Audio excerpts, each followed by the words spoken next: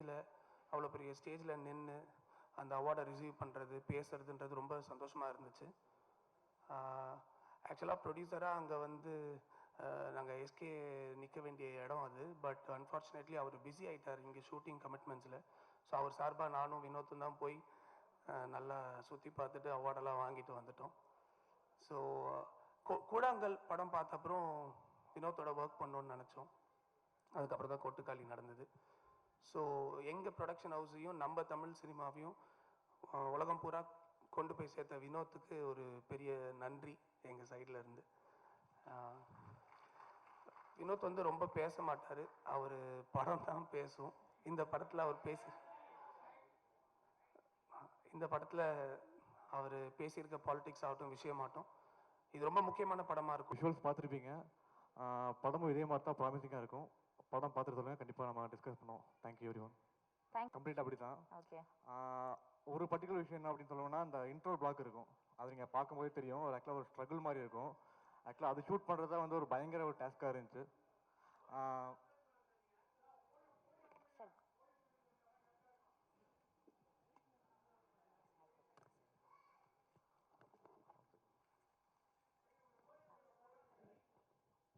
ஓகேவா?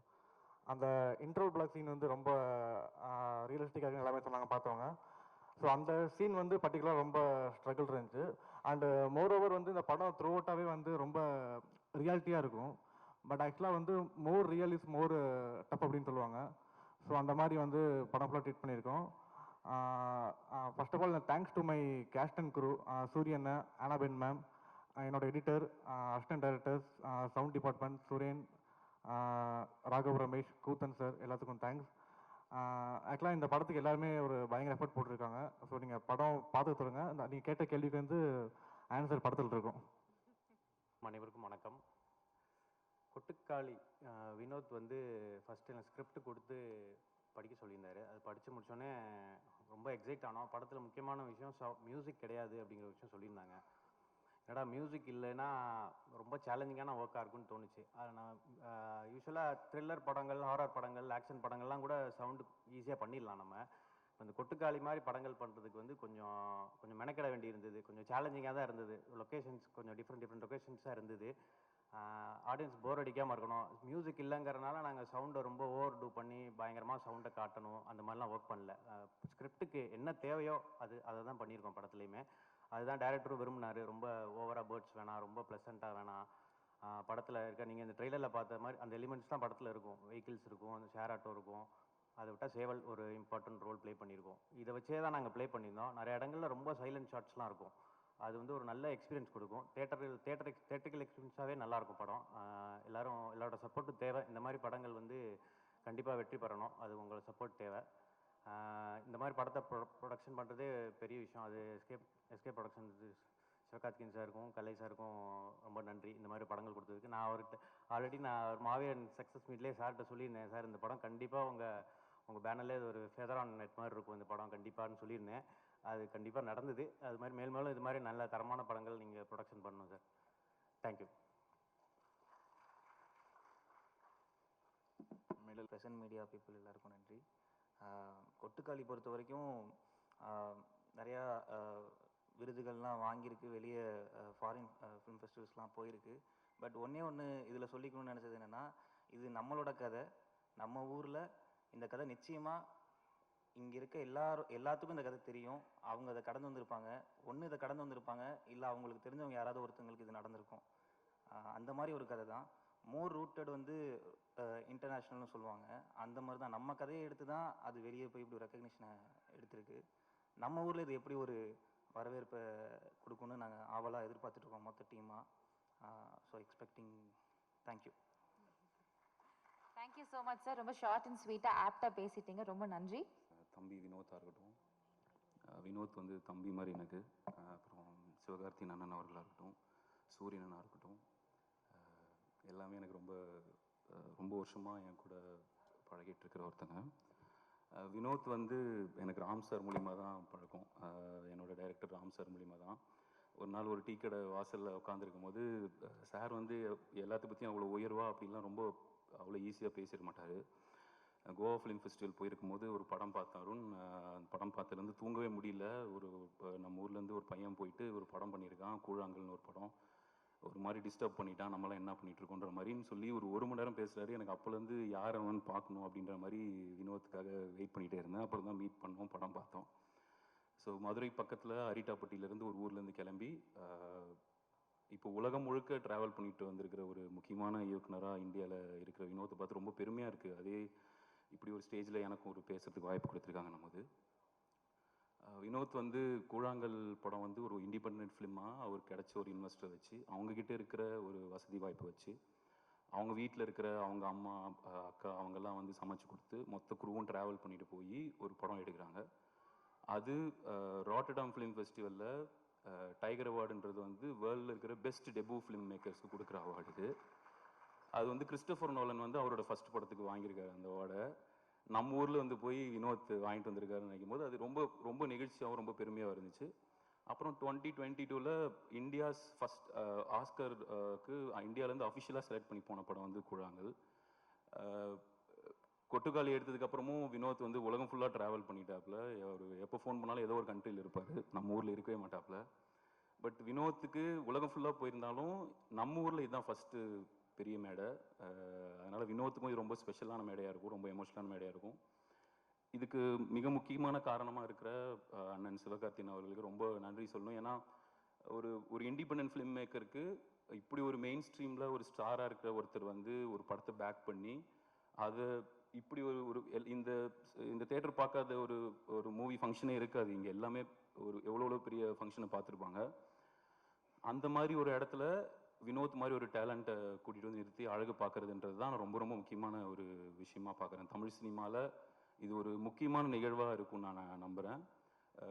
இந்த படம் ப்ரொடியூஸ் பண்ணால் இது வந்து ஓடிடி எவ்வளோக்கு வாங்குவாங்க, டிஸ்ட்ரிபியூட்டர்ஸ் எவ்வளோக்கு வாங்குவாங்கன்றது மட்டும் அந்த மாதிரி வெறும் கணக்கு மட்டும் இல்லாமல் முழுக்க ஆடியன்ஸ் மேலேயும் இந்த படத்தோட டீம் மேலேயும் நம்பிக்கை வச்சு இந்த படத்தை எடுத்திருக்கிற சிவகார்த்திகேயன் அவர்களுக்கும் கலை அவர்களுக்கும் சிவகார்த்திகேயன் ப்ரொடக்ஷன் டீம் எல்லாத்துக்குமே என்னோட நன்றியை தெரிவிச்சுக்கிறேன். அப்புறம் சூரியன் அவர் வந்து ரொம்ப ஆச்சரியப்படுத்திகிட்டே இருக்காரு. ஒரு பெரிய இன்ஸ்பைரிங் ஸ்டோரியாக சூரியனை மாறிட்டு இருக்காரு. நம்ம அவரோட காமெடியனாக பார்த்துட்டு இருந்து அதுலேருந்து விடுதலையில் ஒரு பெரிய ஒரு விஷயத்துக்கு அப்புறம் நடிகராக ப்ரூவ் பண்ணி அப்புறம் கமர்ஷியல் சக்ஸஸும் தொடர்ந்து அடைஞ்சிட்டு வராரு கருடன் மூலியமாகவும்.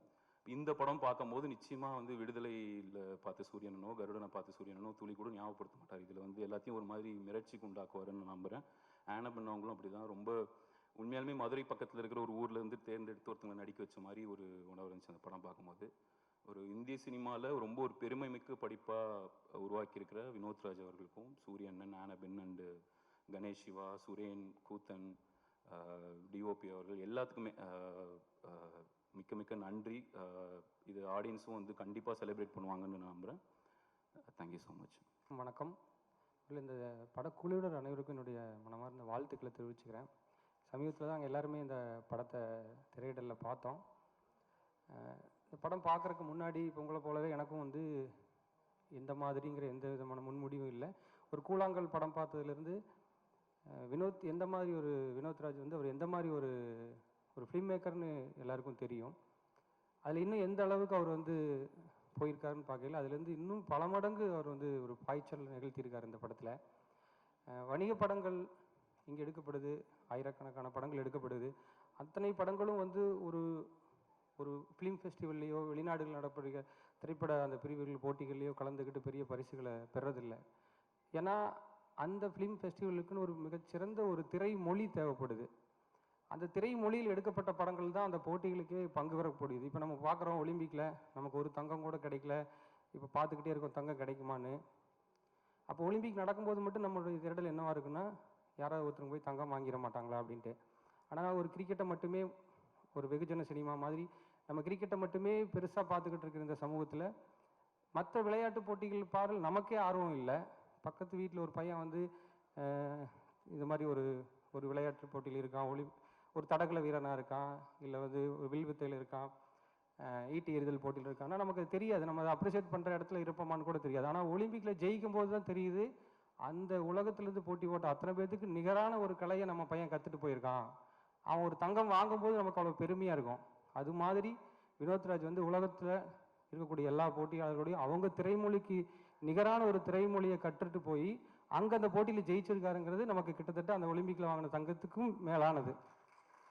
அது வந்து எனக்கு அதை பார்க்கும்போது ரொம்ப பெருமையாக இருக்குது. நம்மளும் ஒரு சகப்படைப்பாளிகள் தான், நாமும் இதே விளையாட்டை தான் விளையாடுறோம். ஆனால் அவர் எடுத்துக்கிட்ட அந்த ஒரு லாவகம், மொழி லாவகம், தான் என்ன எடுக்கணும், எந்த கருத்து எடுக்கணுங்கிற வரைக்கும் அவருக்கு இருக்கிற ஒரு கவனம் வந்து மிகப்பெரிய அளவில் பாராட்டப்பட வேண்டியது.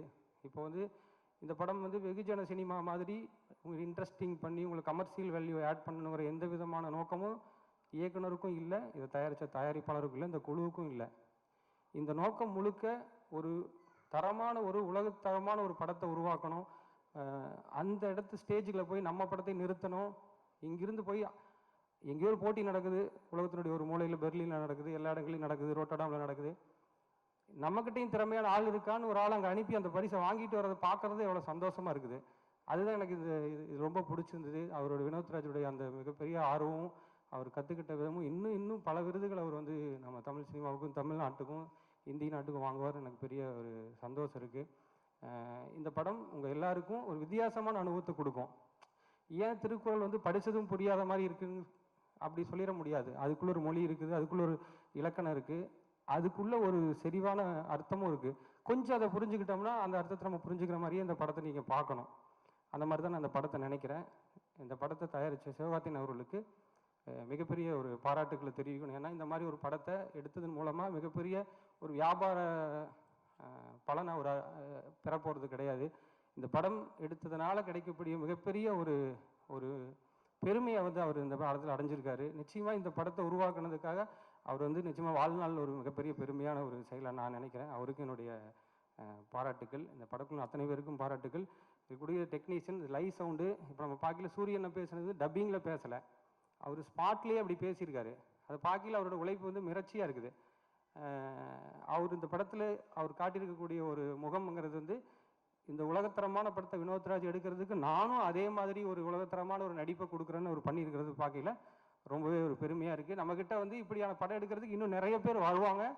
இந்த படம் அதுக்கு ஒரு மிகப்பெரிய படிக்கல்லாக இருக்கும். வினோத்ராஜுக்கு பின்னாடி இன்னொரு பெரிய படையே கிளம்பி இன்னும் கேன்ஸ்லேயும் ஆஸ்கர்லையும் எல்லா விருதுகளையும் நாளைக்கு வாங்கிட்டு வர்றதுக்கு இந்த படம் ஒரு முதல் படியாக இருக்கும்னு நான் வந்து நினைக்கிறேன். இந்த படத்தில் நடித்த அத்தனை பேருக்கும் என்னுடைய வாழ்த்துக்கள். நன்றி. அனைவருக்கும் என் பணிவான வணக்கம்.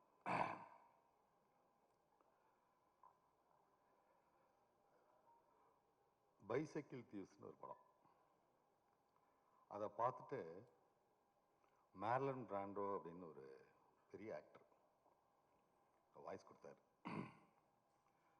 அந்த படத்தை பார்த்துட்டு சத்யஜித் ரே தான் வீடு சொத்தெல்லாம் அடமானம் வச்சு பதீர் பாஞ்சலின்னு ஒரு படம் எடுத்தார். பதீர் பாஞ்சலி பார்த்துட்டு பாலச்சந்தர் சார், நம்ம பாரதி ராஜா சார் அந்த இன்ஃப்ளூயன்ஸில் தான் அரங்கேற்ற வேலைன்னு ஒரு படம் எடுத்தாங்க. 16 வேலைன்னு ஒரு படம் எடுத்தாங்க. இது எதுக்கு சொல்கிறேன்னு கேட்டிங்கன்னா, சிவகார்த்திகேயன் அவர்கள் அந்த படத்துக்கு மேலாண்மை வாய்ஸ் கொடுத்த மாதிரி இந்த படத்தை தயாரிக்க வந்ததுக்கு நாம் அனைவரும் ஒரு கைதட்டணும். அந்த ரவிக்குமார் சொன்ன மாதிரி எந்த வியாபார நோக்கமும் இல்லாமல் வந்து பண்ணியிருக்காரு. நான் அந்த படத்தை பார்த்துட்டேன். அந்த பிரமிப்புலேருந்து மீளலை. நான் வழக்கமாக வந்து இந்த மாதிரி ரொம்ப விதந்தோதியெல்லாம் பேச மாட்டேன். ஆனால் எல்லாத்தையும் கட்டுப்படுத்திக்கிட்டு ஒரு அவை நாகரிகம் காரணமாக நான் பேசுகிறேன். இந்த படம் இதுவரையும் நான் பார்த்ததில்லை. அப்படி ஒரு யதார்த்தமான ஒரு படைப்பை நான் பார்த்ததே இல்லை. மற்ற நிறைய படங்கள் சொல்லுவாங்க, கொஞ்சம் அவங்க நடிக்கலை வாழ்ந்திருக்காங்க அப்படின்னு சொல்லுவாங்க. கொஞ்சம் மிகையாக சொல்கிற ஒரு ஸ்டேட்மெண்ட்டாக தான் இதை எக்ஸ்பிரஷனாக தான் பார்க்குறேன். பட் ஸ்டேட்மெண்ட்டாகவே சொல்கிறேன், நீங்கள் இந்த படம் பார்த்தீங்கன்னா அப்படி உணர்வீங்க. இதுவரையும் எந்த படத்துலையும் பார்க்காத, இதுவரையும் சினிமா பார்த்ததில் ஒரு பார்க்காத ஒரு புது அனுபவத்தை வினோத்ராஜ் கொடுத்துருக்காரு. அவ்வளவு என்ன சொல்லுன்னு கேட்டிங்கன்னா, எனக்கெல்லாம் ரொம்ப ஷேம் ஆகி போச்சு. நான் ஈரானியன் ஃபிலிம் பார்த்துருக்கேன், நம்மெல்லாம் பார்த்துருப்போம் நிறைய ஃபில்மு. அந்த மாதிரி படம் வரல அப்படின்னு சொல்லி நம்ம படங்களை ஏதாவது ஒரு குறை சொல்லிகிட்டே இருப்போம். ஆனால் எனக்கு தெரிஞ்சு இது ஒரு கவிதை மாதிரி எடுத்திருக்காரு. இதை நான் எந்த விதத்துலையும் குறை சொல்லலை. ஏன்னா ரொம்ப நேர்மையான அப்ரோச், ரொம்ப ரொம்ப நேர்மையான அப்ரோச். ஒரு பொண்ணை பேய் பேய் பிடிச்சிருக்குன்னு இவங்களா நினச்சிக்கிட்டு அது முடிவே பண்ணிட்டு ஒரு சாமியார்ட்ட கூட்டு போகிறாங்க. இந்த ட்ராவல் தான் படம். எடுத்தோடனையும் அவங்க ஆத்தாக்காரி வந்து அப்படியே தண்ணியை தலைவலியாக ஊற்றிக்கிட்டு சூடத்தை பருத்தி வச்சுட்டு சாமி கோயிலில் பண்ணிட்டு இது பண்ணிட்டு சாமி கும்பிட்டுட்டு இவங்க கிளம்புறாங்க. கூட இவனை கட்டிக்க போகிறான் பாண்டி. அந்த கேரக்டரில் தான் நம்ம சூரி பண்ணியிருக்காரு. ஓப்பனிங் ஷாட்டே ராமகிட்டிய தடு அந்த மாதிரியான ஒரு இது. இவங்க பேய் பிடிக்கிறதுக்கு கூட்டு போறாங்க. அவளுக்கு பேய் பிடிச்சிருக்கா இல்லை யாருக்கு பேய் பிடிச்சிருக்கு, அதான் கதை. அதில் இந்த குறியீடு அந்த என்னமோ சொல்லுவாங்களே நிறையா அந்த இதை காமிக்கிறது, அந்த சிமிலி அப்படி, இது எல்லாமே ஒரு வாழ்க்கையை பார்த்த ஒரு நம்ம பக்கத்துல இருந்து பார்த்த ஒரு அனுபவமா அப்படி இருக்காங்க. யாருக்கும் எல்லாத்துக்கும் அந்த அந்த வகையில் முக்கியத்துவம் தான். அதை வந்து நான் வந்து உண்மையிலேயே நான் சூரிய வந்து பல வடிவங்களில் நம்ம பார்த்துருப்போம்.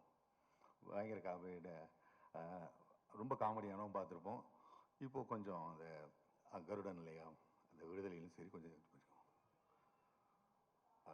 குறைச்சி சொல்கிறேன்னு நினைக்காதீங்க. அதை தாண்டி அந்த கேரக்டராகவே வாழ்ந்து அந்த அந்த நிற்கிற அந்த நீங்கள் ஒரு சீன் நீங்கள் அந்த ட்ரெய்லரை வந்துச்சு, நான் அதை சொன்னால் நல்லா இருக்காது, அந்த நீங்கள் அனுபவத்தை பெறணும். நாங்கள் எதிர்பார்க்காத சீன் அது.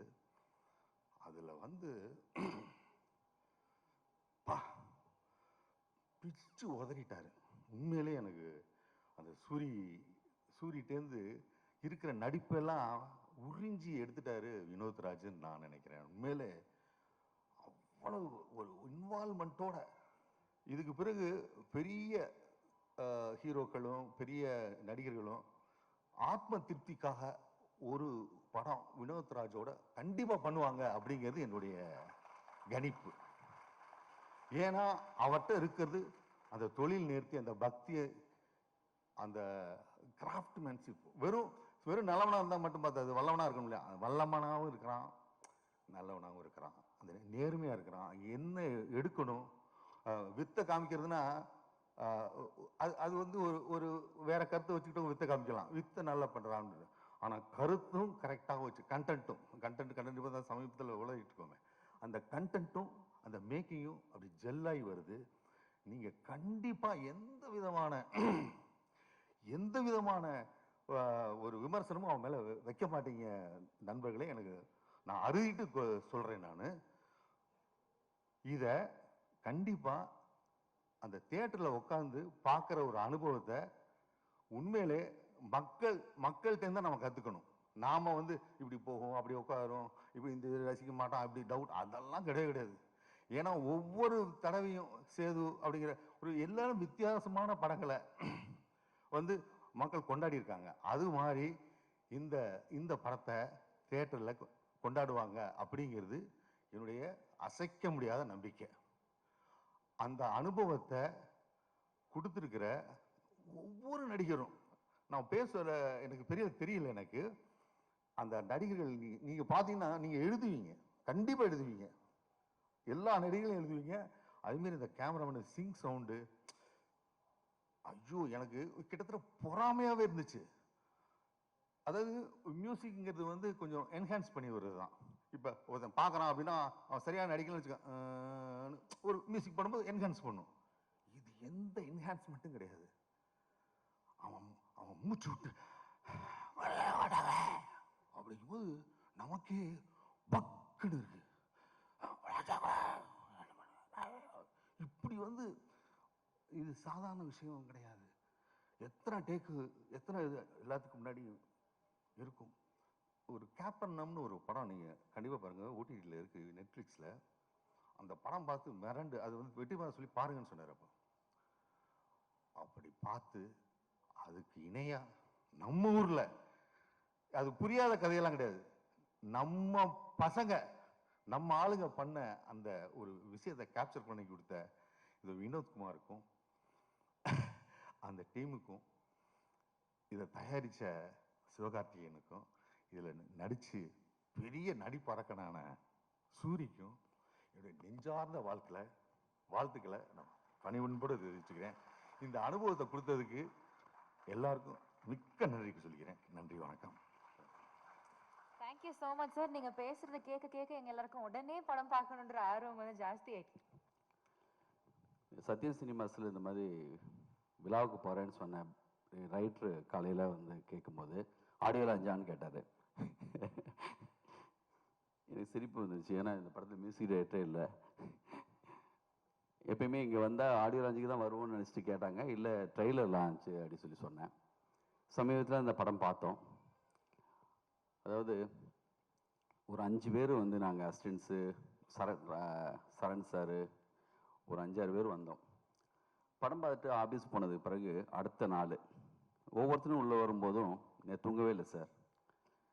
நானும் தூங்கவே இல்லையா? ஒவ்வொருத்தரும் அதே தான் சொல்கிறாங்க. போஸ் வந்தார்.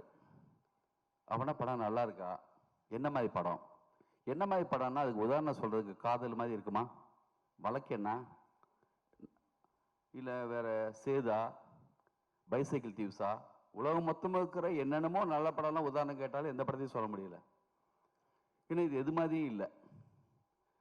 சினிமா வந்து காலங்காலமாக பாலா சார் சொன்ன மாதிரி ஒவ்வொருத்தங்களும் ஒரு ரிலே ரேஸ் மாதிரி கொஞ்சம் கொஞ்சமாக கடத்தி கொண்டு வந்து நம்ம பார்த்து பிரமிச்ச மிகப்பெரிய டைரக்டர்ஸ் எல்லாமே அப்படி தான் வளர்த்து எடுத்து கொண்டு வந்திருக்காங்க. பாலச்சந்தர் வந்து மிகப்பெரிய டைரக்டரு. ஆனால் பாரதிராஜா சார் வந்து தொடர்ந்து 2 படம் நல்ல படம் பண்ண உடனே இவன் காலில் விழுந்தெல்லாம் இருக்கு, அப்படி ஒரு படம் பண்ணிட்டாருன்னு சொன்னார். அப்படி ஒவ்வொரு காலகட்டத்திலையும் ஒவ்வொருத்தங்களும் புதுசாக வந்துகிட்டே இருக்காங்க. அதான் இந்த சினிமா. இந்த படம் இது வந்து எப்பயுமே இந்த மாதிரி டைரக்டர், முக்கியமான டைரக்டரு, அவர் சொல்லுவார், ஐயோ பயமாக இருக்கியா போஸ்டரை பார்த்தா, இந்த சொல்லக்கதிராக போட்டு வச்சுருக்காங்க.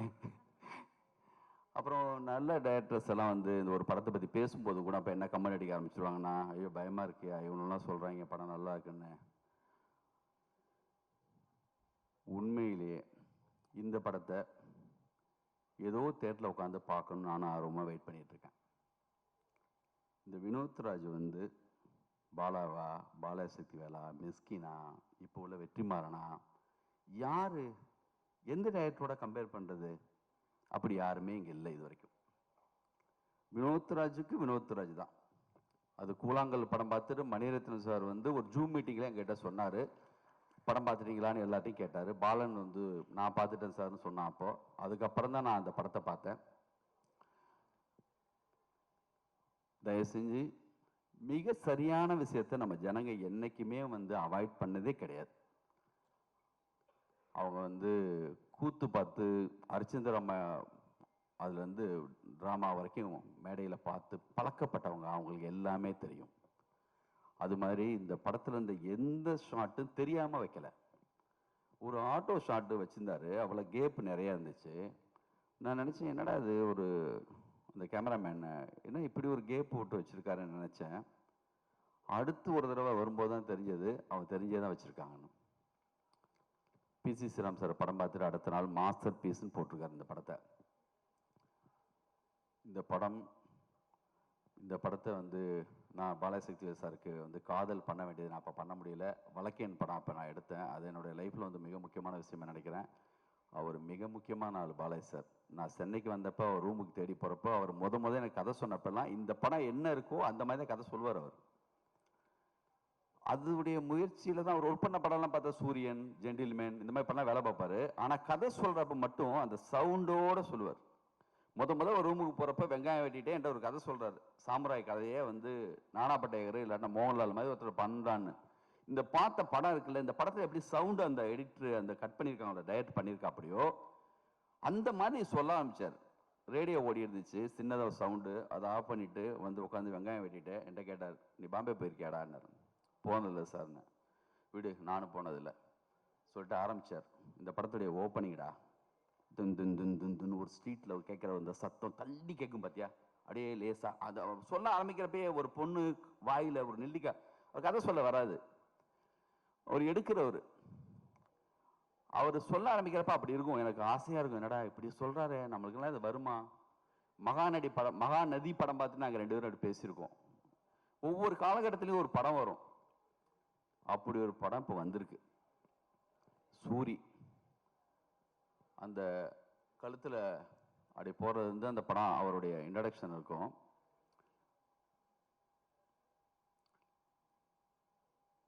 எனக்கு பயமாக இருக்குது, நாளைக்கு தேட்டர்லாம் இப்படி சத்தம் வருமானு. ஆனால் நம்பிக்கை இருக்குது, யாரோ ஒருத்தர் வந்து தள்ளி நின்று நல்ல படம் பார்க்கும்போது சத்தம் போடாதீங்க சொல்கிறதுக்கு 4 நல்ல ரசிகர் எப்பயுமே ஒரு தேட்டரில் இருப்பாங்க. அதையும் நான் எதிர்பார்த்துட்ருக்கேன். அப்போது நம்மளுக்கு என்னெல்லாம் தோணுதுன்னா, அப்போ நாள் இவர் பயங்கரமாக சண்டை நடந்திருக்கு. அதோடைய இதில் தான் வந்து இன்றைக்கி வந்து இவர் இப்படி இந்த வாய்ஸில் பேசுகிறாரு. அந்த பொண்ணு அடி கூட வாங்கியிருக்கலாமோ. ஒரு சிங்கிள் ஷாட்டு எத்தனையோ படங்களில் பார்க்குறோம். ஆனால் இந்த படத்துடைய ஓப்பனிங்லேயே அந்த டைரக்டரு, இதுதான் படம், இதை பாருங்கள். சினிமாவுடைய மாபெரும் மிகப்பெரிய விஷயமே, டைட்டானிக் பார்க்கும்போது டைட்டானிக் பார்ப்போம், ஒரு காக்காம்பட்டை பார்க்கும்போது காக்காம்பட்டை பார்ப்போம். அது அந்த இருட்டில் லைட் ஆஃப் பண்ணதுக்கு பிறகு அது நடக்கிறது மேஜிக், ஒரு டைரக்டருடைய ஒரு ஆளுமை. இப்போ மிஸ்கின் சார் இருக்கார், அவர் படத்தை என் படம்டா பாருங்கள் அப்படி பார்க்க வைப்பார். அந்த மாதிரி இது வினோத்ராஜ் படம் இந்திய சினிமாவுக்கு, உலக சினிமாவுக்கு மிக முக்கியமான ஒரு ஆள் வந்திருக்காங்கிறதுக்கான ஒரு படம். அது வந்து இதை எடுத்த சிவகார்த்திகேயன் அவர்களுக்கு என்னுடைய மிக முக்கியமான, இந்த மாதிரியான நீ கண்டினியூவாக செய்யுங்க, இந்த மாதிரி ஆட்கள் இப்போ இல்லை, தயவு செஞ்சு செய்யுங்க, உங்களுக்கு மிகப்பெரிய ஒரு மரியாதை இது மூலமாக வரும்.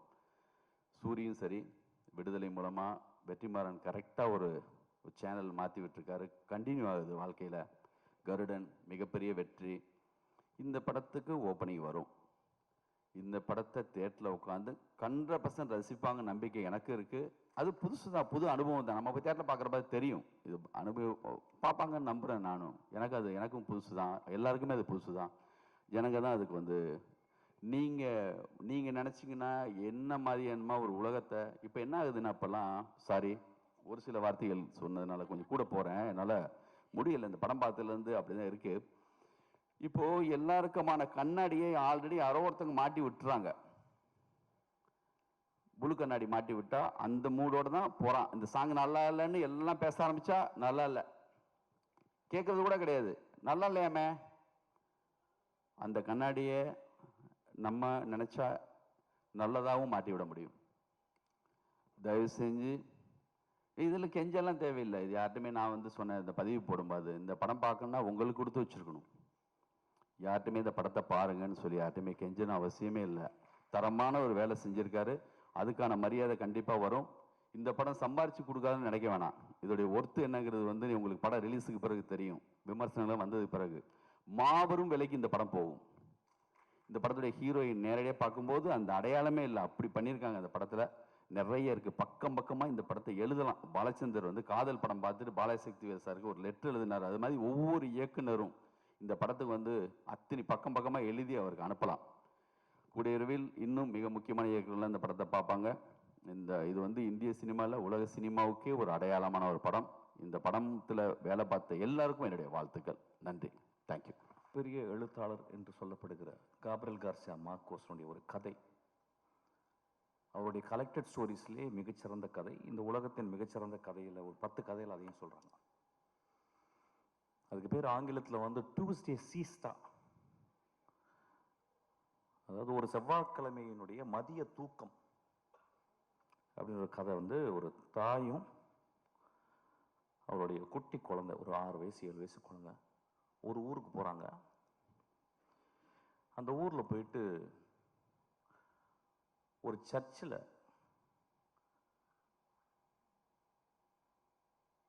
தன்னுடைய மகனுடைய கல்லறை எங்க இருக்குன்னு கேட்டு போறான் அந்த தாய். அப்ப அந்த பாதிரியார் சொல்றாரு வந்து அந்த ரெஜிஸ்டர் கொடுத்து அதில் சைன் போட சொல்றாரு. அந்த அந்த தாய் சைன் போடுறான். அப்போ அவர் கேட்குறாரு, ஏமா இப்படியாப்பட்ட ஒரு பிள்ளைய பெத்த அப்படின்றாரு. அப்போ ஒரு சின்ன ஃப்ளாஷாக காபில் கார்சியா எழுதுறாரு. அந்த மனிதன் அந்த அந்த மகன் அந்த ஊருக்கு வந்திருக்கான். ஒரு நாள் இரவு ஒரு கதவை உடைக்கிறான். அந்த வீட்டுக்குள்ள ஒரு பெண் தனியா இருக்கிறா. அவளுக்கு தெரிஞ்சிருச்சு யாரோ ஒரு திருடன் வந்து கதவை உடைக்கிறான்னு. நல்ல மழை வேற. அந்த பெண் ஒரு துப்பாக்கி எடுக்கிறான். அந்த துப்பாக்கி எப்படின்னா வந்து ஒரு 100 வருடங்கள் ஒரு 50 வருடங்கள் யூஸ் பண்ணாத ஒரு துப்பாக்கி. யாரோ தாத்தாவோ யாரோ உள்ள வச்சிருக்காங்க. அது மட்டும் தெரியுது. சின்ன வயசுல இருந்து பார்த்துருக்கேன். அந்த துப்பாக்கி தொட்டதே கிடையாது. துப்பாக்கி கண்டா பயங்கர பயம். வேற வழி இல்லாம உள்ள வந்தவன் ஒருவேளை கொன்னுறான், திருடிட்டு ஒருவேளை கொன்னுட்டானா என்ன பண்றது அப்படின்னு ஒரு பயத்துல அவன் யாருன்னு தெரியல. அவன் துப்பாக்கி எடுத்துட்டு போய் அந்த கதவுக்கு நேர நிக்கிறான். கை உதறது. சார் யாரும் பேசாதீங்க சார் ப்ளீஸ். கை உதறது. அவ அந்த கதவை உடைச்சிட்டு வந்தா எவ்வளவு உயரத்துல வருவான் எவ்வளவு அப்படின்ற மாதிரி அவன் வயித்தை நோக்கி அந்த துப்பாக்கிய அப்படியே காட்டிக்கிட்டே இருக்கான். கை உதறது. அப்ப காபில் கார்சியா எழுதுறாரு, அந்த கை உதறலுக்கு காரணம் பயம், 28 வருடங்கள் தனிமை அப்படின்னு எழுதுறாரு.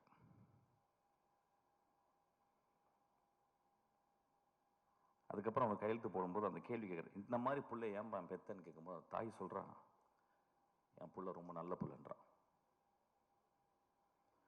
நண்பர்களே, ஒரு பெரிய கேள்வி வரும். திருடனை பெற்ற தாய் எப்படி நல்ல புள்ளன்னு சொல்றான் அப்படின்றது நீங்க அந்த கதையை படிக்கணும். ஒருவேளை தாய்க்கு எல்லா குழந்தைகளும் நல்ல குழந்தைகள் தான் நினைக்கிறேன். இந்த சமூகம் நிறைய குழந்தைகளை நிறைய தாய்கள் பெற்கிறாங்க. எல்லா தாய்களுக்கும் தன் மகன் அல்லது அந்த ஆண் நல்லவனாகவே இருக்கிறான். கை உதறலுக்கு காரணம் தன்னை கொலை செய்து விட போகிறான் ஒருவன் அப்படின்ற பயம். அதுக்கப்புறம் 28 வருட தனிமை அப்படின்றார். அது ஏன் அந்த இடத்துல எழுதுனான்னு தெரியல. அந்த மாதிரி ஒரு தனிமையான பெண் தான் இந்த கொட்டுக்காளி. ஆக்சுவலாக கீழே வந்து ஒரு சப்டைட்டில் போட்டிருக்காங்க, ரொம்ப எனக்கு உடன்பாடே இல்லை. an adamant girl. Instead of that they would have put an adamant society அப்படின்னு போட்டுக்கணும்னு நினைக்கிறேன். இந்த சென்னையில் வந்து கிட்டத்தட்ட வந்து ஒரு 95 விழுக்காடு 96 விழுக்காடு வந்து இங்க இருக்கவங்க எல்லாருமே கிராமத்துல இருந்து வந்தவங்க, என்ன உள்பட. இங்க வந்து முதல்ல மனப்பாடம் பண்றது பஸ் நம்பர்களை, இப்ப யாரும் மனப்பாடம் பண்றதில்ல. அதுக்கப்புறம் பீச்சுக்கு போறது, அதுக்கப்புறம் இந்த நகரத்தினுடைய உடைகள், அது பர்டிகுலரா ஜீன்ஸு, ஷூ போடுறதுக்கு வந்து கால் பழகணும், ஏன்னா கால் விரல்கள் விரிச்சுக்கிட்டு இருக்கும். இதெல்லாம் சேர்ந்து ஒரு 10 வருடத்தில் நாம் வாழ்ந்த பிறந்த வளர்ந்த இடத்தை விட்டு நடமாடிக்கொண்டிருக்கும் இந்த நகரத்தில் நாம் ஒரு நகரவாசிகளாகவே வாழ்ந்து கொண்டிருக்கிறோம். இங்க வந்து வேற வேற ஜாதிகள் மறக்கப்படுகிறது, மதங்கள் மறக்கப்படுகிறது, நம்மளுடைய குற்றங்கள் மறக்கப்படுகிறது, நம்ம நல்லதெல்லாம் மறக்கப்படுகிறது. இங்க பக்கத்தில் இருக்கிறவன் வந்து ஒரு நெய்பர் தான், ஒரு அண்டை வீட்டுக்காரன் தான். இங்க யார் தாய் தந்தையா யாருமே பழகிறது கிடையாது. ஒரு கிராமம் அழிக்கப்படுகிறது. ஏதோ ஒருவன் அந்த கிராமத்திலிருந்து வெளியே வராமையே இருந்து கொண்டு இந்த கிராமத்தின் மூலம் இந்த உலகத்தை பார்க்கும் ஒரு தகுதி படைத்தவனாக, ஒரு மகா கலைஞனாக இருக்கிறான். ஏன்னா அவனுக்குள்ளே எப்பயுமே அவனும் ஜீன்ஸ் போட்டு அவனும் ஷூ போட்டாலும் அவன் வந்து என் கிராமத்தில் இருக்க வேல்யூஸ் தான் இந்த உலகம். காப்ரியல் கார்சியா மார்க்கோஸ் சொன்ன அந்த கிராமம் தான் என்னுடைய கிராமமும் இந்த கொட்டுக்காளி வளர்ந்த கிராமமும் நம்புகிறான். அந்த கிராமத்தை விட்டு அவன் கடைசி வரைக்கும் வெளியே வரதே இல்லை. ஏன்னா அவனுக்கு அது ஒரு பெரிய முழுமையா தெரியுது. அப்படி முழுமையா தெரிந்த தமிழ் ஆளுமையில பாரத ராஜாக்கு அப்புறம் நான் வினோத்தை சொல்வேன்.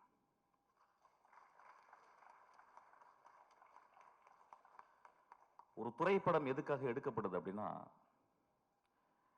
நிறைய பேர் என் அசிஸ்டன்ட்ட கேட்பேன், எதுக்குடா? எனக்கு தெரிஞ்சு 250 அசிஸ்டன்ட் என்னை விட்டு போயிருக்காங்க. ஒரு வருஷத்துக்கு கிட்டத்தட்ட ஒரு 3000 அசிஸ்டன்ட் டைரக்டருக்காக வர்றவங்களை நான் சந்திக்கிறேன். கொஞ்சம் கூட சோம்பேறித்தனம் படாமல் அவங்கள்ட்ட நான் வந்து கேட்குறேன், எதுக்குப்பா நீ சினிமாவுக்கு வர்ற அப்படின்னு. அது இன்வேரியபிளாக என்ன ஆன்சர் இருக்கும் அப்படின்னா, சார் நான் சாதிக்கணும் சார், ஏதாவது ஒன்று பண்ணணும் சார் நான் அப்படின்னு தான் சொல்லுவான். அந்த கிட்டத்தட்ட எல்லா வெர்ஷன்ஸும் ஒரே மாதிரி இருக்கும். இல்லை சார் என்கிட்ட ஒரு கதை இருக்கு சார், நான் ஒன்று பண்ணணும் சார். இப்படி தான் இருக்கும். அப்படி தான் நானும் வந்தோம், லிங்குசாமி வந்திருப்பாரு, சங்கர் சார் இப்படி தான் வந்திருப்பாரு, எல்லாருமே மணிரத்னம் எல்லாருமே இப்படி தான் வந்திருக்கும். இங்க வினோத் ஒருவேளை என்கிட்ட அசிஸ்டண்டா வந்தா, ஏன்டா வினோத் என்கிட்ட வந்த அப்படின்னு கேட்டா அவன் இந்த ஆன்சர் சொல்லியிருக்க மாட்டான். சார் இந்த உலகத்தை என் கதை மூலியமா மாத்தணும் சார் அப்படின்னு வந்திருப்பான்னு நினைக்கிறேன். இந்த கதை மூலம் தமிழ்நாடையே மாத்திருக்கான். எப்பயுமே சொல்லுவாங்க, நான் ரொம்ப பொங்கி பேசுவார், ரொம்ப எக்ஸாஜரேட் பண்ணி பேசுவார், ட்ராமாட்டிக்காக தான் பேசுவார் அப்படின்னா நான் எப்பொழுதுமே அது ஒரு சத்தியமாக எடுத்துக்கிறேன். ஒரு மேடையில் வந்து பேசும்போது அடுத்த வார்த்தை என்னன்னு எனக்கு தெரிஞ்சுட்டா நான் வந்து இந்த சமூகத்தை நான் நெருப்பு ஊற்றி கொளுத்துறேன்னு அர்த்தம். நான் மேடையில் பேசும் பொழுதாவது என் நாக்கில் உண்மை தவழ வேண்டும் என்று நான் நினைக்கிறேன். ஏன்னா வீட்டில் நிறைய பொய் பேசுறோம், மேடையை விட்டு கீழே இருக்க நண்பர்கள்ட்ட நிறைய பொய் பேசுறோம், ப்ரொடியூசர்கிட்ட நிறைய பொய் பேசுறோம், நடிகர்கள்ட்ட நிறைய பொய் பேசுறோம். இந்த மேடையில் உண்மை பேச மட்டுமே நான் வந்திருக்கேன். அவ்வளவு தைரியத்தையும் நெஞ்சுரத்தையும் என்னுடைய ரத்தத்தை கொதிப்பு நிலையும் கொண்டு வந்தது இந்த படம்.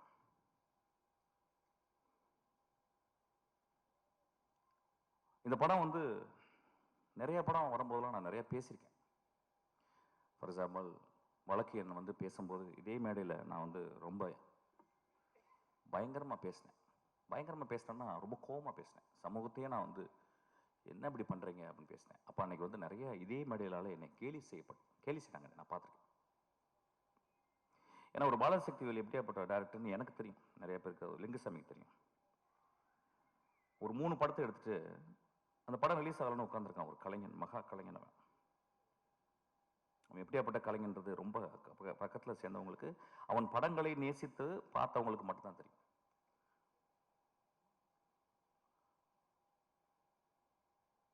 இந்த படத்துல இது எதுக்கு கொட்டுக்காளின்னு வச்சான்னு தெரியல, எனக்கு நிறைய மீனிங் என்னமோ போகுது. நான் ஒரு ரொம்ப நாளைக்கு முந்தி சிவகார்த்தியனுடைய படத்துல ஒரு பூஜை அன்னைக்கு ஒரு நாள் ஒரு சாப்பாடு சாப்பிட்டு இருக்கும்போது பக்கத்தில் ஒருத்தன் வெள்ளை சட்டை வெள்ளை பேண்ட் போட்டு ஒரு கிராமத்தில் இருந்த ஒரு பையன் மாதிரி உட்காந்துருந்தான். அறிமுகப்பட்டினான், யாரா நீ தம்பி அப்படின்னு. சார் நான் தான் சார் வினோத். அப்படின்னா யார்ப்பா? இல்லை சார் நான் வந்து கூழாங்கல். அப்படியே ஆமாம் ஏதோ பேசிக்கிட்டு இருக்காங்க நான் சொல்லுவேன். சரி என்னப்பா அந்த படம் ரிலீஸ் ஆகுதா இல்லையா? இல்லை சார் ஆயிரும் சார். ஓ அப்படியா, சரி என்ன படம் எடுக்கிற, அடுத்து என்ன படம் போகிறேன்? இல்லை சார் நான் ஆரம்பிச்சிட்டேன் சார். நான் சொல்கிறேன் கொஞ்சம் மெதுவாக எடுப்பான்னு வாயை எடுக்கிறேன், கொஞ்சம் மெதுவாக. இல்லை சார் நான் படம் ஆரம்பிச்சிட்டேன். நான் அப்படியே யாருப்பா மியூசிக்கு? பாருங்கள் எவ்வளோ ஒரு ப்ரோக்ராம்டு வே ஆஃப் ஆஸ்கிங் அவர் சேட்டிங் வித் அனதர் டைரக்டர். நான் கேட்குறேன் யாரா மியூசிக்கு அப்படின்னு. அப்படி சொன்னால் யாருமே மியூசிக் இல்லை சார். எனக்கு பயங்கர கோவம் வந்துருச்சு.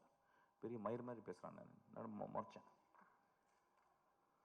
அப்புறம் நான் வந்துட்டு வீட்டு ஆஃபீஸ்க்கு வந்தோடனே என் அசிஸ்டன்ஸ் கூப்பிட்டேன். இது மாதிரி ஒருத்தனை பார்த்துட்டேன், ஒரு பொறுக்கி போய் கருப்பாக இருந்தான், ஒரு மாதிரி இருந்தான், பெரிய மாதிரி என்கிட்ட வந்து நான் யாரா மியூசிக்னு கேட்குறேன். அவன் சொல்கிறான் யாருமே இல்லை சார் அப்படின்றான்.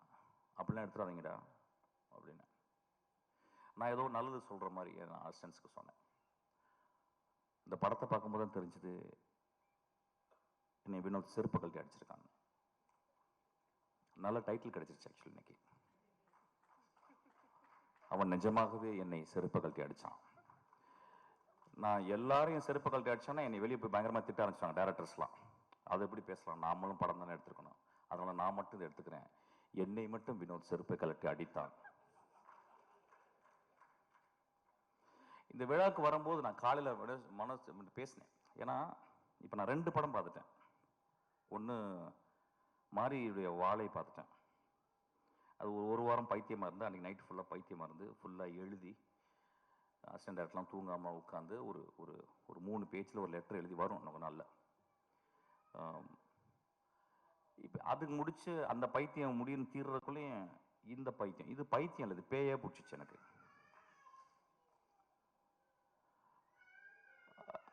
அப்போ வந்து இந்த படத்தில் வந்து அவன் ஏன் மியூசிக் டைரக்ஷன் பண்ணலை அப்படிங்கும்போது அதுக்கு ஒரு பெரிய அது வந்து ஒரு குருட்டாம்போக்கில் எடுக்கப்பட்ட ஒரு முடிவல்ல. The decision came out of his vision of cinema. அவன் எப்படி சினிமாவை ட்ரூத்ஃபுல்லா பார்க்கறான் அப்படின்றதுக்கு ஒரு காரணம். ஏதோ ஒரு வகையில நம்ம என்ன பண்றோம், ஒரு மியூசிக் மூலியமா நம்ம சட்டையை அயன் பண்ணிடுறோம், நம்ம திரைப்படங்களை நம்ம அயன் பண்ணிடுறோம். அவன் என் சட்டை என் திரைப்படம் சுருக்கமாகவே இருக்கணும் அப்படின்றான். என் பாட்டியினுடைய அந்த இடுப்பை சுத்தி இப்படி உள்ள சொருகுவா பார்த்தீங்களா, அது வெளியே எடுத்தா எவ்வளவு சுருக்கம் இருக்கும் அந்த அந்த முந்தானையில, அந்த அளவுக்கு சுருக்கத்தை அவன் பார்க்கறான், அவ்வளவு ட்ரூத் பார்க்கறான். இந்த படத்தை பத்தி நான் வந்து ஒரு 4 நாள் கண்டினியூஸா என்னால பேச முடியும். ஏன்னா படத்தை பார்த்துட்டு வெளியே வந்தோடனே நைட்டு நான் என்ன பண்றதுன்னு எனக்கு தெரியல. வழக்கம் போல சொன்ன மாதிரி நல்லா இருக்குப்பா, சூப்பர்ப்பா, நல்ல ட்ரை பண்ணியிருக்கேன். இப்போ நிறைய பேர் சினிமா பாட்டு வந்தோன்னா உஷாரா பேசுறது எப்படின்னு கேட்டினா, வித்தியாசமா முயற்சி செஞ்சிருக்கேன்னு. அது கெட்ட வார்த்தை சொல்லி தான் சொல்லணும், பட் அப்படி சொல்ல முடியாது, போர் அடிக்குது எனக்கு ஆக்சுவலாக. அந்த மாதிரி ஏதாவது பேசிட்டு போயிடுறது, இல்லைன்னா நல்ல ஃபியூச்சர் இருக்குப்பா அப்படின்றது, அப்புறம் ரொம்ப மோசமாக ஒரு தடவை பார்க்கலாம் அப்படின்றது. நண்பர்களே, இங்கே வரும்போது யோசிச்சேன் நான் என்ன பேசணும், இந்த படத்தை நான் வந்து எப்படி மக்கள்கிட்ட கொண்டு போய் சேர்க்கணும். ஏன்னா என் லைஃப்பில் இது வந்து ஒரு பெரிய பொறுப்பாக நான் பார்க்குறேன். என் மகள் பிறக்கும்போது என் மனைவியின் கையில் என் மகளை பார்த்துட்டு நான் எவ்வளோ சந்தோஷப்பட்டனோ அதே மாதிரி இந்த படத்தை பார்த்தப்ப சந்தோஷப்பட்டேன்.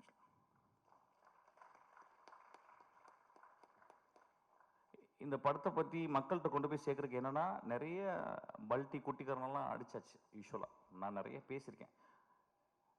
இந்த படம் மக்கள் வந்து எல்லாரும் பார்க்கணும்னா நான் அவுத்து போட்டு கூட நிற்கிறதுக்கு தயாராக இருக்கேங்க இந்த இடத்துல. ஏன்னா அப்படிதான் உரைக்கும். கை தட்டலாமே கொஞ்சம். ஒரு குத்து டான்ஸு, நேக்கட் டான்ஸ் இங்கே ஆடலான் இருக்கு, இந்த படத்தை பாருங்க அப்படின்னு. நான் நேக்கட் டான்ஸ் ஆடி நீங்கள் பார்த்தீங்கன்னா என்ன ஆவீங்க, அதை எக்ஸ்ட்ரா போஸ்ட் பண்ணி நீங்கள் அப்போ அந்த படத்தை போய் பாருங்கன்னு சொல்லலாம்.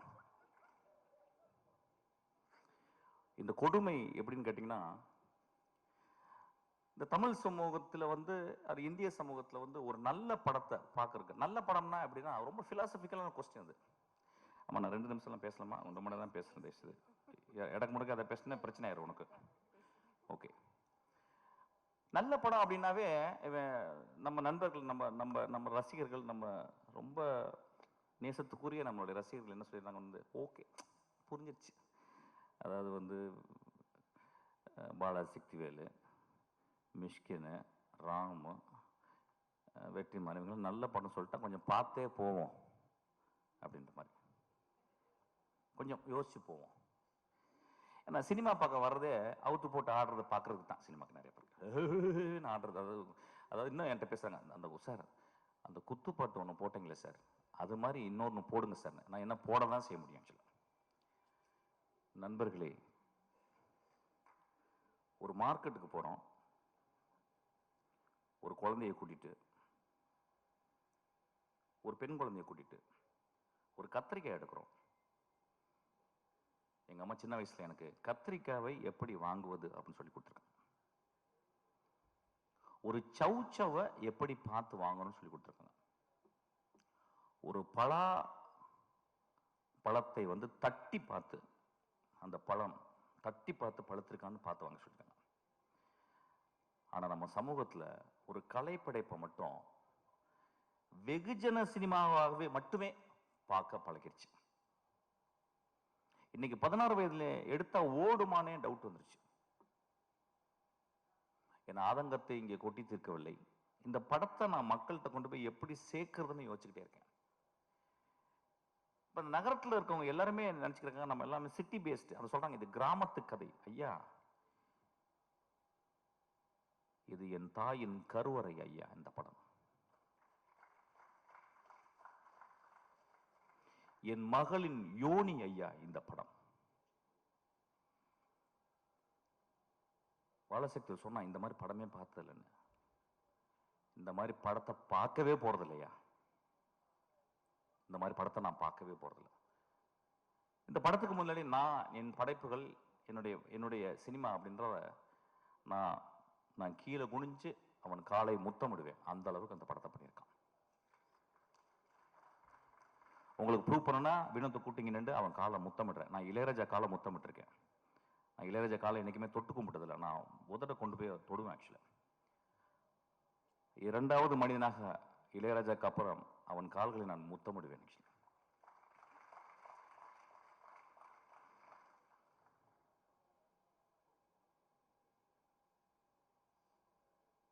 ஒரு படத்தை பார்க்கும்போது அடுத்த சீன் என்ன, அடுத்த சீன் என்ன, அடுத்த சீன் என்ன, அடுத்த சீன் என்னன்னு சொல்லிட்டு நாங்கள்லாம் எழுதுவோம்.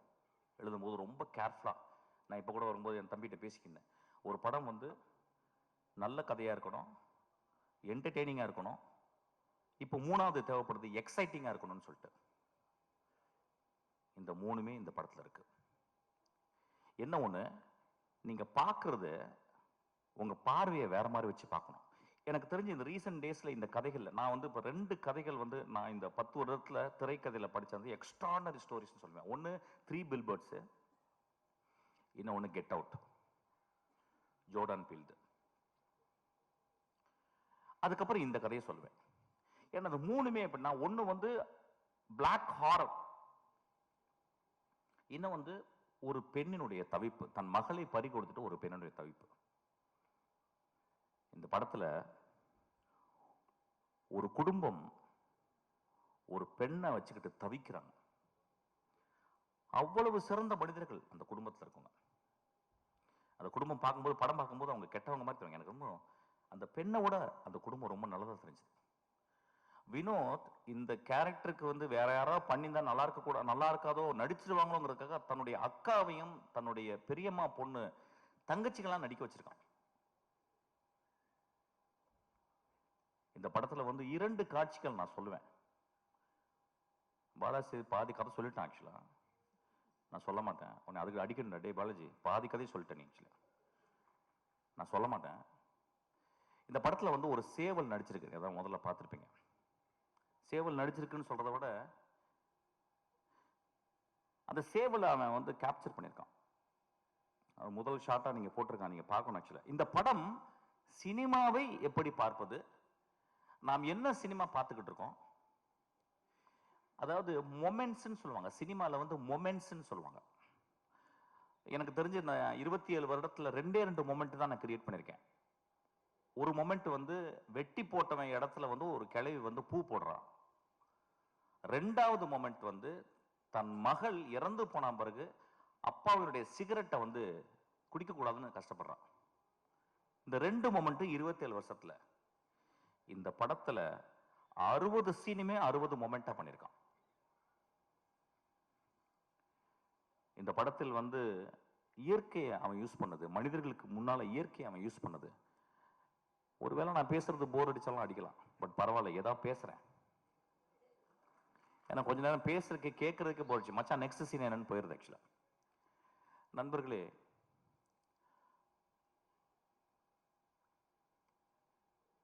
ஒரு நல்ல கதை, ஒரு நல்ல கதாசிரியர் தோற்கப்படுவதில்லை, சமூகத்தால் கொலை செய்யப்படுகிறான். ஒரு நல்ல கதையும் ஒரு நல்ல கதாசிரியன் அவ்வளவு பேரன்போட ஒரு சமூகத்துக்கு இந்த கதையை எழுதுனா பீச்ல ஒரு பங்களா, மிக வசதியான காரு, அதுக்கப்புறம் 100 வருஷத்துக்கு வந்து சொத்து அப்படின்னு இல்லாம இந்த கதை பண்ணா சமூகத்தின் இதயத்தை கொஞ்சோண்டு தொற்றுலாம் அப்படின்னு வினோத் பண்ணியிருக்கான்.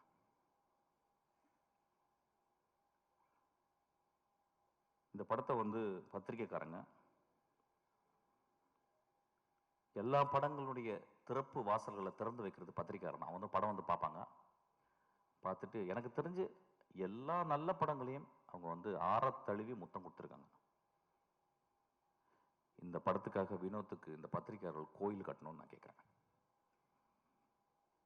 இந்த சமூகம் ஒருவேளை அவன் கொலை செய்து விடலாம். அந்த கொலையிலிருந்து தப்பிக்க வச்சது சிவகார்த்திகேயன். சிவகார்த்திகேயன் ஒரு லீடிங் ஆக்டர், கடுமையான உழைப்பாளி. சிவகார்த்திகேயனால இந்த படத்தில் நடிக்க முடியாது. ஏன்னா ஒரு மிகப்பெரிய ரசிகர்கள் கூட்டம் வந்துருச்சு. ரசிகர்களை சந்தோஷப்படுத்துவது ஒரு பெரிய கடமையாச்சு. ஆனா அந்த குழந்தை, அந்த பையன், நான் மிகச்சிறந்த படைப்பு பண்ணணும்னு ஆசைப்பட்டு கூழாங்கல்ல பார்த்த உடனே, தம்பி இந்த படத்தை நான் தான் பண்ணுவேன்னு சொல்லியிருக்கான். அதுக்காக அந்த தம்பிக்கு ஒரு கோயில் கட்டணும்.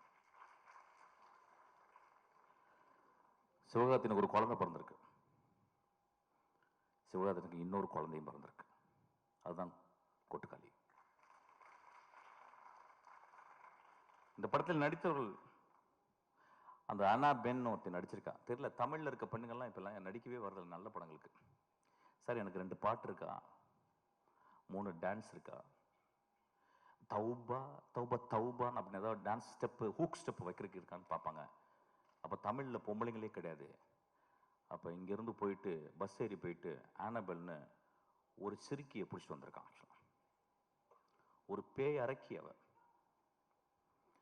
அவ எத்தனை வார்த்தை பேசியிருக்கான்னா 1.5 வார்த்தை பேசியிருக்கான்னு நினைக்கிறேன்.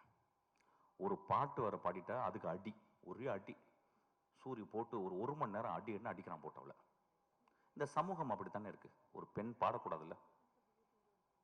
ஒரு எக்ஸ்ட்ரானரி பெர்ஃபார்மன்ஸ். அநேகமாக இந்த வருஷத்தினுடைய நேஷனல் அவார்டு அந்த குழந்தைக்கு கிடைக்கணும்னு நான் வந்து ஆசீர்வாதம் பண்றேன்.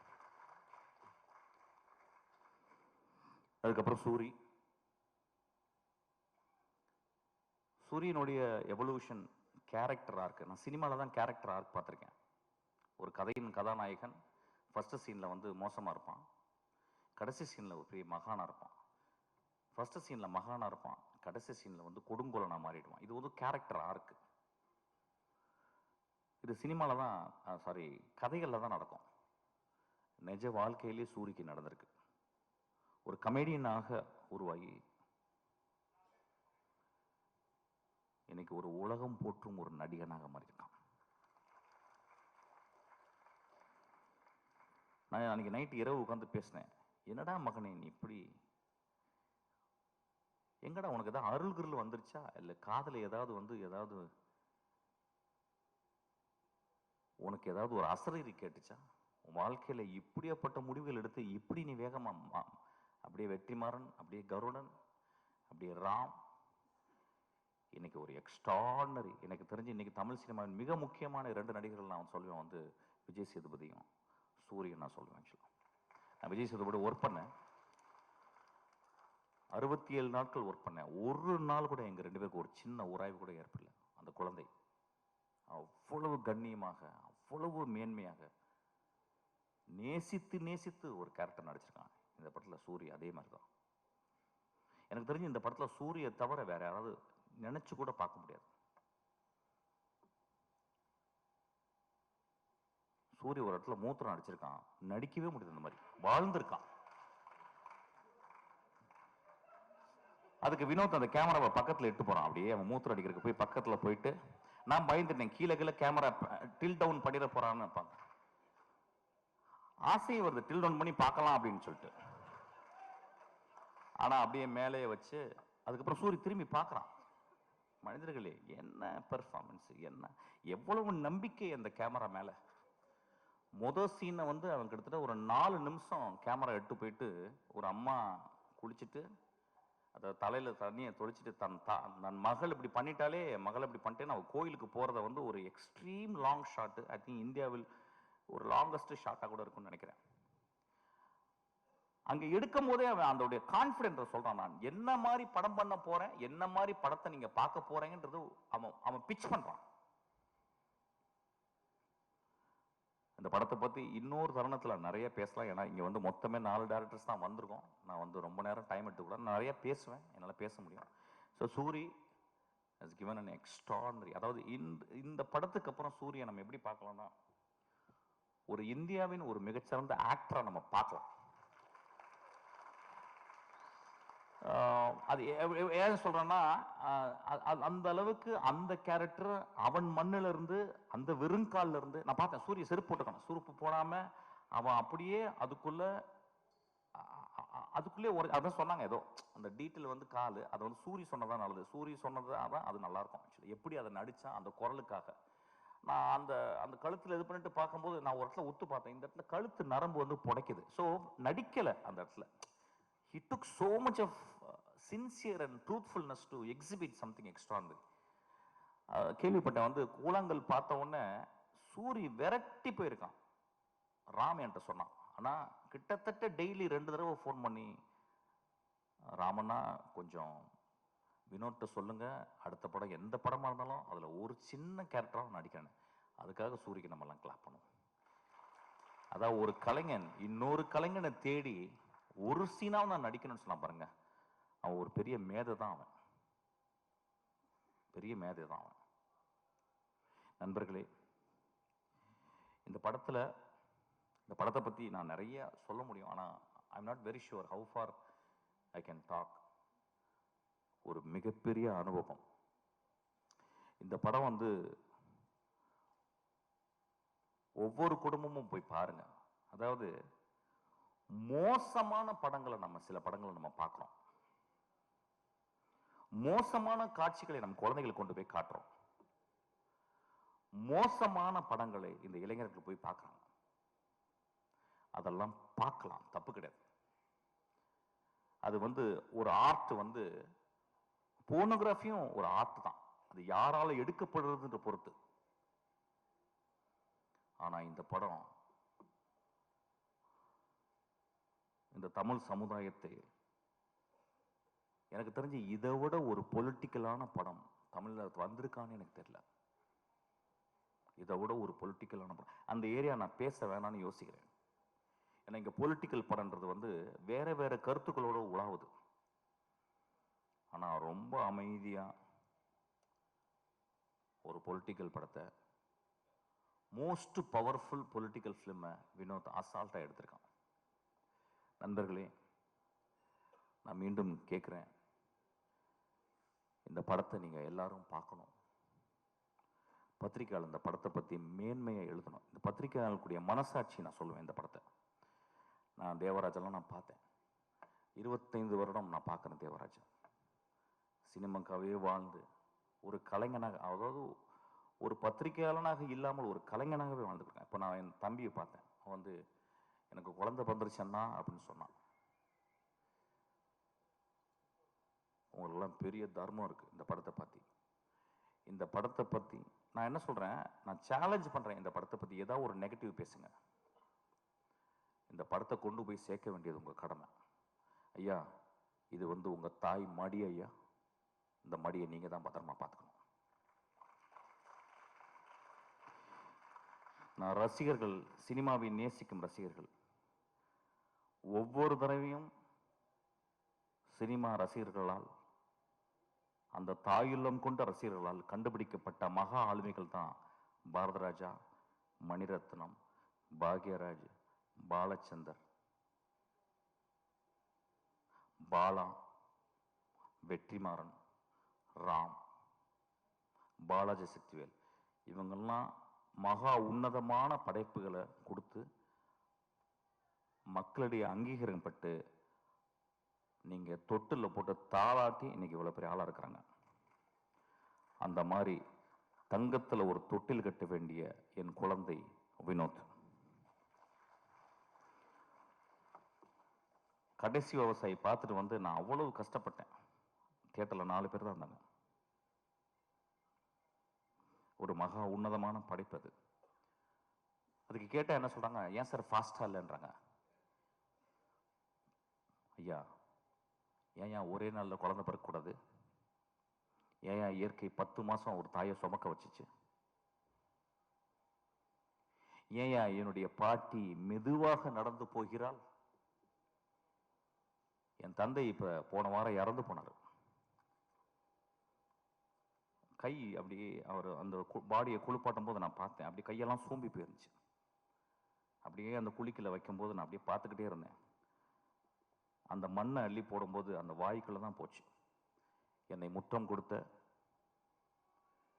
என்னை பார்த்து எப்பொழுதும் புன்னகை புரிந்த அந்த வாய்க்குள்ள அந்த மண்ணு போனதை நான் பார்த்தேன்.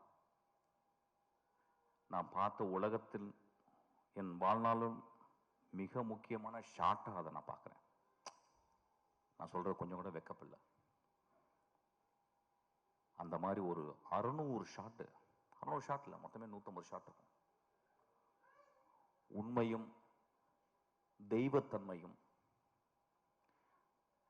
தாய்மையும் கொண்ட படம் தான் அந்த படம். தயவு செய்து கைவிட்டுறாதீங்க. சும்மாவது போய் பாருங்க. ஒரு சிகரெட் வந்து ஒரு சிகரெட் பாக்கெட் எவ்வளோப்பா? சிகரெட் பாக்கெட் இன்னைக்கு கிங்ஸு தெரியாது, நீ அடிக்க மாட்டியா? நீ மனுஷனே கிடையாது. யார் எவ்வளோவா? எவ்வளோயா ஒரு சிகரெட் பாக்கெட்டு? 200 rupeesங்க ஒரு சிகரெட் பாக்கெட்டு. ஒரு சிகரெட் பாக்கெட்டில் 20 சிகரெட் இருக்கா? 10 இருக்கு. 10 நாள் போச்சுன்னு அர்த்தம் உங்களுக்கு. 10 சிகரெட் கொடுத்தா 10 நாள் போச்சு. நான் சிகரெட் நிப்பாட்டிட்டேன். இப்போ 10 நாள் ஜாஸ்தி ஆயிடுச்சு. இப்போ ஒரு குவார்டர் வந்து அது 150 ரூபாலேருந்து 200 ரூபாய். அது 1 வருஷம் போச்சு. இதுக்கெல்லாம் செலவு பண்ணுறோம்ல. சாமிக்கு போய் நம்ம அவ்வளோ செலவு பண்ணுறோம், அவ்வளோ உண்டியல் காசு போடுறோம், அவ்வளோ டொனேஷன் கொடுக்குறோம்ல. வினோத் தான் என் சாமி. அவன் எடுத்தது தான் வந்து கடவுள். தயவு செய்து போய் பாருங்க.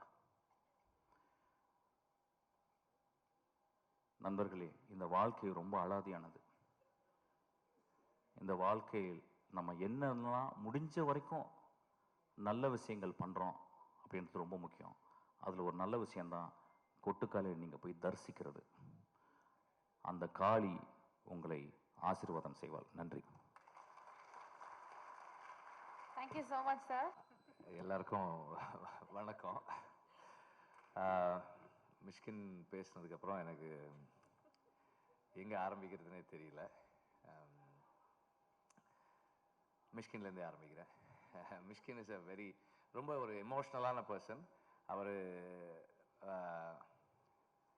பிடிச்சிருந்தா அவ்வளவு கொண்டாடுவார்.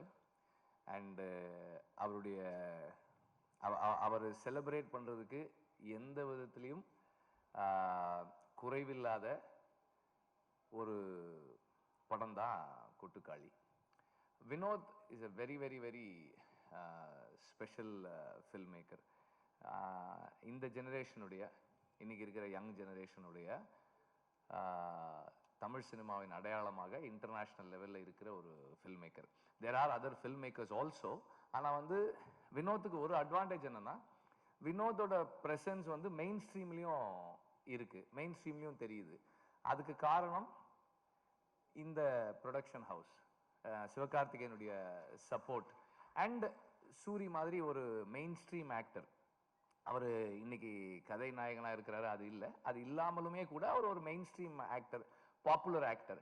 அவர் இந்த மாதிரியான ஒரு படத்துக்குள்ளே இருக்கணும்னு விரும்பி வர்றது வினோதுக்கு ஒரு பலமாகவும் அதே நேரத்தில் சவாலாகவும் இருந்திருக்கும் இந்த கதை பண்ணும்போது நான் நினைக்கிறேன். பிகாஸ் இந்த மாதிரியான வாழ்க்கைக்கு மிக நெருக்கமான ஒரு படத்தை பண்ணும்போது வணிக ரீதியான அல்லது வியாபாரத்தில் இருக்கிற நடிகர்களோ தயாரிப்பாளர்களோ இருக்கும்போது அவங்களுக்கான சில தேவைகள் இருக்கும், அந்த டிமாண்ட்ஸ் இருக்கும். அதையும் மனசில் வச்சுக்கிட்டு தனக்கு நெருக்கமான ஒரு படத்தையும் பண்ணுறது வந்து பெரிய சேலஞ்ச். வினோத் 2 படம் பண்ணியிருக்காரு. 2 படமுமே வந்து இன்டர்நேஷ்னலாக பல ஃபிலிம் ஃபெஸ்டிவல்ஸில் போய் பேசப்படுற ரொம்ப கொண்டாடப்படுற படங்களாக இருந்திருக்கு. 2 படமுமே அப்படிதான். கொட்டுக்காளியை பொறுத்த வரைக்கும் இது வந்து ஒரு ஃபெமினிஸ்ட் ஃபிலிமா அப்படின்னு கேட்டால் yes, it takes the side of the oppressed, அதாவது பெண்களின் பக்கம் நிற்குது. சாதியத்திற்கு எதிரான படமானா கண்டிப்பாக சாதியத்துக்கு எதிரான ஒரு படமாகவும் இருக்குது. இது ஒரு இலக்கியமாக இருக்காருன்னா இலக்கியமாகவும் இருக்குது. இது ஒரு நம்மளை மாதிரி மெயின் ஸ்ட்ரீம் ஆடியன்சஸ், வணிக சினிமாவை பார்க்கக்கூடியவர்களுக்கு நெருக்கமான படமாக இருக்கானா அப்படியும் இருக்குது. இதை சாதிக்கிறது சாதாரண விஷயம் இல்லை. இதை வந்து வினோத் ரொம்ப எளிமையாக இயல்பாக அச்சீவ் பண்ணியிருக்காரு. அண்டு நடித்த நடிகர்கள் அல்லது இந்த படத்தில் சில பாத்திரங்களை ஏற்று செய்திருக்கிறவர்கள், ஏன்னா வந்து 3 பேரை தவிர யாருமே நடிகர்கள் கிடையாது, ப்ரொஃபஷனல் ஆக்டர்ஸ் கிடையாது, எல்லாருமே சரியாக பண்ணியிருக்காங்க. அப்புறம் இதில் இன்னொரு பெரிய துணிச்சலான விஷயம் ஒரு ஃபில்ம் மேக்கராக வினோத் பண்ணியிருக்கிறது என்னென்னா, இதுக்கு வந்து பேக்ரவுண்ட் ஸ்கோர் பயன்படுத்தாது. பேக்ரவுண்ட் ஸ்கோர் இல்லை அப்படின்றதால என்ன ஆகுதுன்னா இன்னும் வாழ்க்கைக்கு நெருக்கமாக போகுது. And there are lot of ironic moments இந்த ஃபில்ம். அதை நீங்கள் படம் பார்க்கும்போது அதை என்ஜாய் பண்ணுறதுக்கு நல்லாயிருக்கும். அந்த முரண்கள் தான் வந்து இந்த ஃபில்ம் மேக்கரை, இந்த ரைட்டரை ரொம்ப முக்கியமாக நம்ம கவனிக்க வேண்டிய ஒரு ஆளாக மாற்றுற தன்மையை கொடுக்குது. சூரி, அனபென் அண்ட் மற்ற நடிகர்கள், பிரகதீஸ்வர் நடிச்சிருக்காரு, அப்புறம் நிறைய எல்லா நடிகர்களுமே வந்து அந்தந்த பாத்திரங்களாகவே இருக்காங்க. யாருமே வந்து அதிகமாக போகலை, கம்மியாக வரலை. அண்டு படம் முடியும் போது எனக்கு வந்து அந்த நடிகர்கள் அந்த நடிகர்கள் இல்லை, அந்த இயக்குனர் இல்லை, அந்த கதாசிரியர் இல்லை, அந்த ஒளிப்பதிவாளர் இல்லை, அந்த யாருமே இல்லை. அந்த வாழ்க்கை, அந்த வாழ்வியல், அந்த பெண்ணுக்கு என்ன நடக்க போகுது அப்படின்ற அந்த சிந்தனை மட்டுமே நம்மக்கிட்ட இருக்கு. அந்த அளவுக்கு ஒரு நேர்மையான, எளிமையான, சிறந்த படைப்பு கொட்டுக்காளி. நன்றி. Thank you so much, sir. So சும்மாவே கம்மி போய் சின்ன வயசில் திருவிழா நடக்கும்போது குழந்தை மைக் முன்னாடி போய் ஹலோ ஹலோன்னு கற்றுட்டு வரும்ல, அது மாதிரி இப்போ பேசிட்டு வர சொல்லியிருக்காங்க. அதனால் வந்து எல்லாருக்குமே ரொம்ப நன்றி. நான் எப்போவுமே சப்போர்ட் பண்ணிக்கிட்டு இருக்கேன் என்னோடய வெல்விஷர்ஸ் வெற்றிமாறண்ணே, ராமண்ணே, மிஸ்கேன் அண்ணே, எல்லாருக்குமே ரொம்ப நன்றி. இந்த ப்ராஜெக்ட் ஸ்டார்ட் பண்ணுறதுக்கு இதை டிசைன் பண்ணிட்டு அருண் கே விஸ்வானே ப்ரொடியூசர், அவருக்கு ரொம்ப நன்றி. எல்லாருக்குமே ரொம்ப நன்றி. ஏன்னா ரொம்ப ஏதோ பேசணும்னு நினச்சோம், டைம் ஆயிடுச்சு. தேங்க்யூ சிவகார்த்தி அண்ணே, உங்களால தான் இதெல்லாம் இவ்வளோ தூரத்துக்கு வந்துச்சு. ஏன்னா எல்லா படத்துக்கும் எல்லாம் என்ன பண்ணுமோ அது இந்த படத்துக்கும் பண்ணணும்னு சொல்லி ஒவ்வொரு வாட்டி ஸ்டெப் எடுத்து பண்ணுறது. மெயினாக என்னோடய டெக்னீஷியன்ஸு சுரேன், அழகிய கூத்தன், ராகவ் ரமேஷ், எடிட்ரு, இவங்க எல்லாருமே ஸ்கிரிப்டு டே 1லேருந்து எழுத ஆரம்பித்ததுலேருந்து என் கூட வந்து ஃபுல் டிஸ்கஷன்லேருந்து இவங்க டிஸ்கஷனில் வந்து கலந்துக்கிட்டு, ஷார்ட் டிவிஷன் சினிமாட்டோகிராஃபர் சக்திவேல், இவங்க எல்லாருமே வந்து ஸ்கிரிப்ட் ஸ்டேஜில் ஆரம்பத்துலேருந்து இப்போ வரைக்கும் என் கூட இருந்துகிட்டு இருக்காங்க. என்னோடய டைரக்ஷன் டீம், இந்த கீபியாக ஒர்க் பண்ண பானுபிரியா, அவங்க எல்லாருக்குமே ரொம்ப ரொம்ப நன்றி. டைம் கம்மியாக இருக்குது, நான் நிறையா பேசணும்னு நினச்சேன். அந்த எல்லாருக்குமே நன்றி. இவ்வளோ சப்போர்ட் பண்ணி பேசினா எல்லாருக்குமே நன்றி. தேங்க்யூ. வெறும் நன்றி மட்டும் தான் சொல்லியிருக்கேன், sorry. Thank you so much sir. உங்களுடைய வழக்கம் போல் உங்களுடைய படம் வந்து உங்களுக்காக பேசும் அப்படின்னு நாங்கள் நம்புகிறோம். தேங்க்யூ. அடுத்தபடியாக கதாநாயகி நம்மளுடைய அன்னாபென் அவர்கள். எல்லாருக்கும் தேங்க்ஸ் தான் சொல்லணும். முதல்ல என்னோட director Vinoth sir is a very special person, very special director. அவங்க என்னோட ட்ரஸ்ட் கொடுத்து இந்த கேரக்டர் எனக்கு தந்தாலும் ரொம்ப சந்தோஷம். எஸ்கே சார், நீங்கள் எல்லாமே இந்த படமே முடியாது. அண்ட் சூரி சார், நீங்கள் அவ்வளோ சூப்பராக பாண்டி ஆயிடுச்சுனால எனக்கு மீனா இது முடிஞ்சது, அதுக்கு நன்றி. Thank you so much. இது ரொம்ப இம்பார்ட்டண்ட்டான ஒரு விஷயம், டிஸ்கஸ் பண்ண ஒரு படம். இது கண்டிப்பாக எல்லாருக்கும் பிடிக்கும்னு நான் நினைக்கிறேன். Thank you so much. Thank you so much, ma'am. அடுத்தபடியாக கதையின் நாயகன் சூர்யா அவர்கள், the most versatile actor in today's industry, and